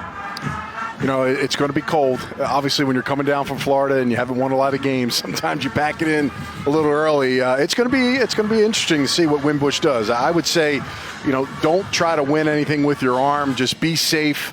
I'm sure that Coach is going to do a good job getting the offense built around, get that running game going. In particular today against Florida State. And I know Rocky's probably got a scouting report ready to go as well for the Fighting Irish tonight at home against Florida State. And Rocky also disagrees with you on who's number 2. He's got the Irish ahead of Clemson, and then you've got Washington State in there at the bottom.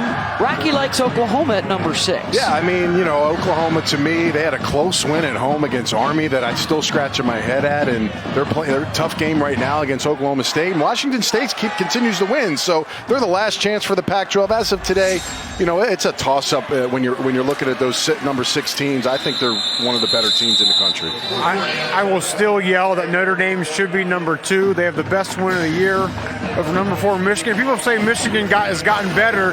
I think part of it too, though, look, you got to come out of the gate and have your team ready to play. The Irish have.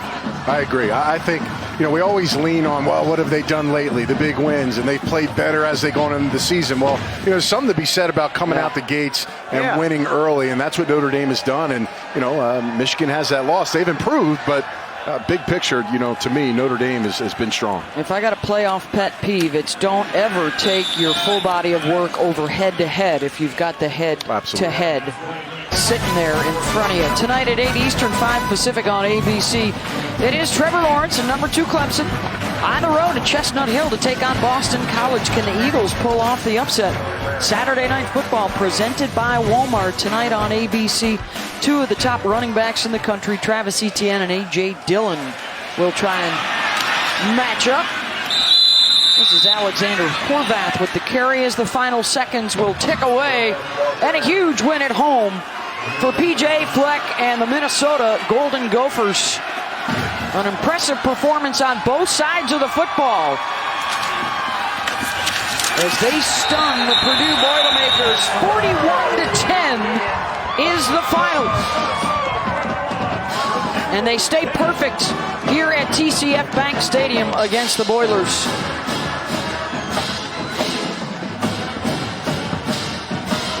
The offense looked good. The defense able to score. Blake Cashman on a strip scoop and score for the touchdown. And they dominated at the line of scrimmage. 415 yards of total offense to 233 for Purdue. Most of those for the Boilermakers coming in the fourth quarter. Yeah, I was just impressed by the defense. They answered the bell. They've been basically embarrassed the last 3 weeks, and they stood up to the challenge. They had an interim defensive coordinator. They changed up some things, and these guys play hard for them, and it showed. Down to the field, Rocky. Coach, it's been a tough year at times. You come out and have your best performance of the season. What was your message to your team this week? This is what Row the Boat's all about. You know, we had to keep our oar in the water. We've had a ton of adversity from the start of the year all the way through till now. That's a really good football team our team just beat with a ton of adversity all through the week. We wanted to be sound, simple, and fast, and really just kind of go back to the basics. A lot of young kids out there, a lot of inexperienced play out there, but I thought our older guys really stepped up tonight, so I'm really proud of the team's response. Obviously, you had a coaching change change this week. Your defense did. They came out and played really fast. How fun was that to watch? It's a lot of fun. It's all about the kids. It's all about our players. It's all about life lessons they learn as they go through the journey of life and football. It's so connected. I'm really proud of them. Can't wait to get in the locker room with them. Congrats, Coach. You got to row the boat. See you. Big win for PJ Fleck and the Golden Gophers, 41-10 over Purdue. Coming up next, it's Miami and Georgia Tech. On a cold night in Minneapolis, the Golden Gophers come up big. Miami, Georgia Tech coming up. But for right now, let's send you back to the studio.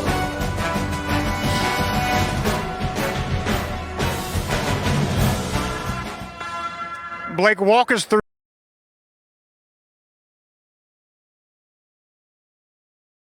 the season. What was that like? Well, we had a lot of adversity this week. It was tough, but sometimes tough times, teams come together, they mold together, become stronger as a unit. So, we just went to our basics. We did a lot of things in practice to emphasize what we were struggling on, and we came out and played a complete game. It was great to see. It really looked like you guys simplified things, and you really affected how fast you played. Was that what you saw? Yes, I mean that was the mindset going into this game. Is we want to keep things simple, allow guys to play with a lot of confidence, and when you're playing with confidence, it allows you to play fast and loose, and that's what you need on a defense and offense. Now, how much momentum can you take out of this game? You guys completely shut down a really, really good offense. Yeah, I mean, we've been talking about it as we've seen this year. We can play really bad and really good, and we got 2 big games finished out this season, and hopefully get to a bowl game. So we know that we got to continue to play the way we're playing, play a complete game, because that's something we've been struggling on. So at least we know what our problems are. We can work on it, continue to go to work. We'll look at the film this Sunday and hopefully keep this good thing moving. Congratulations. Thank you.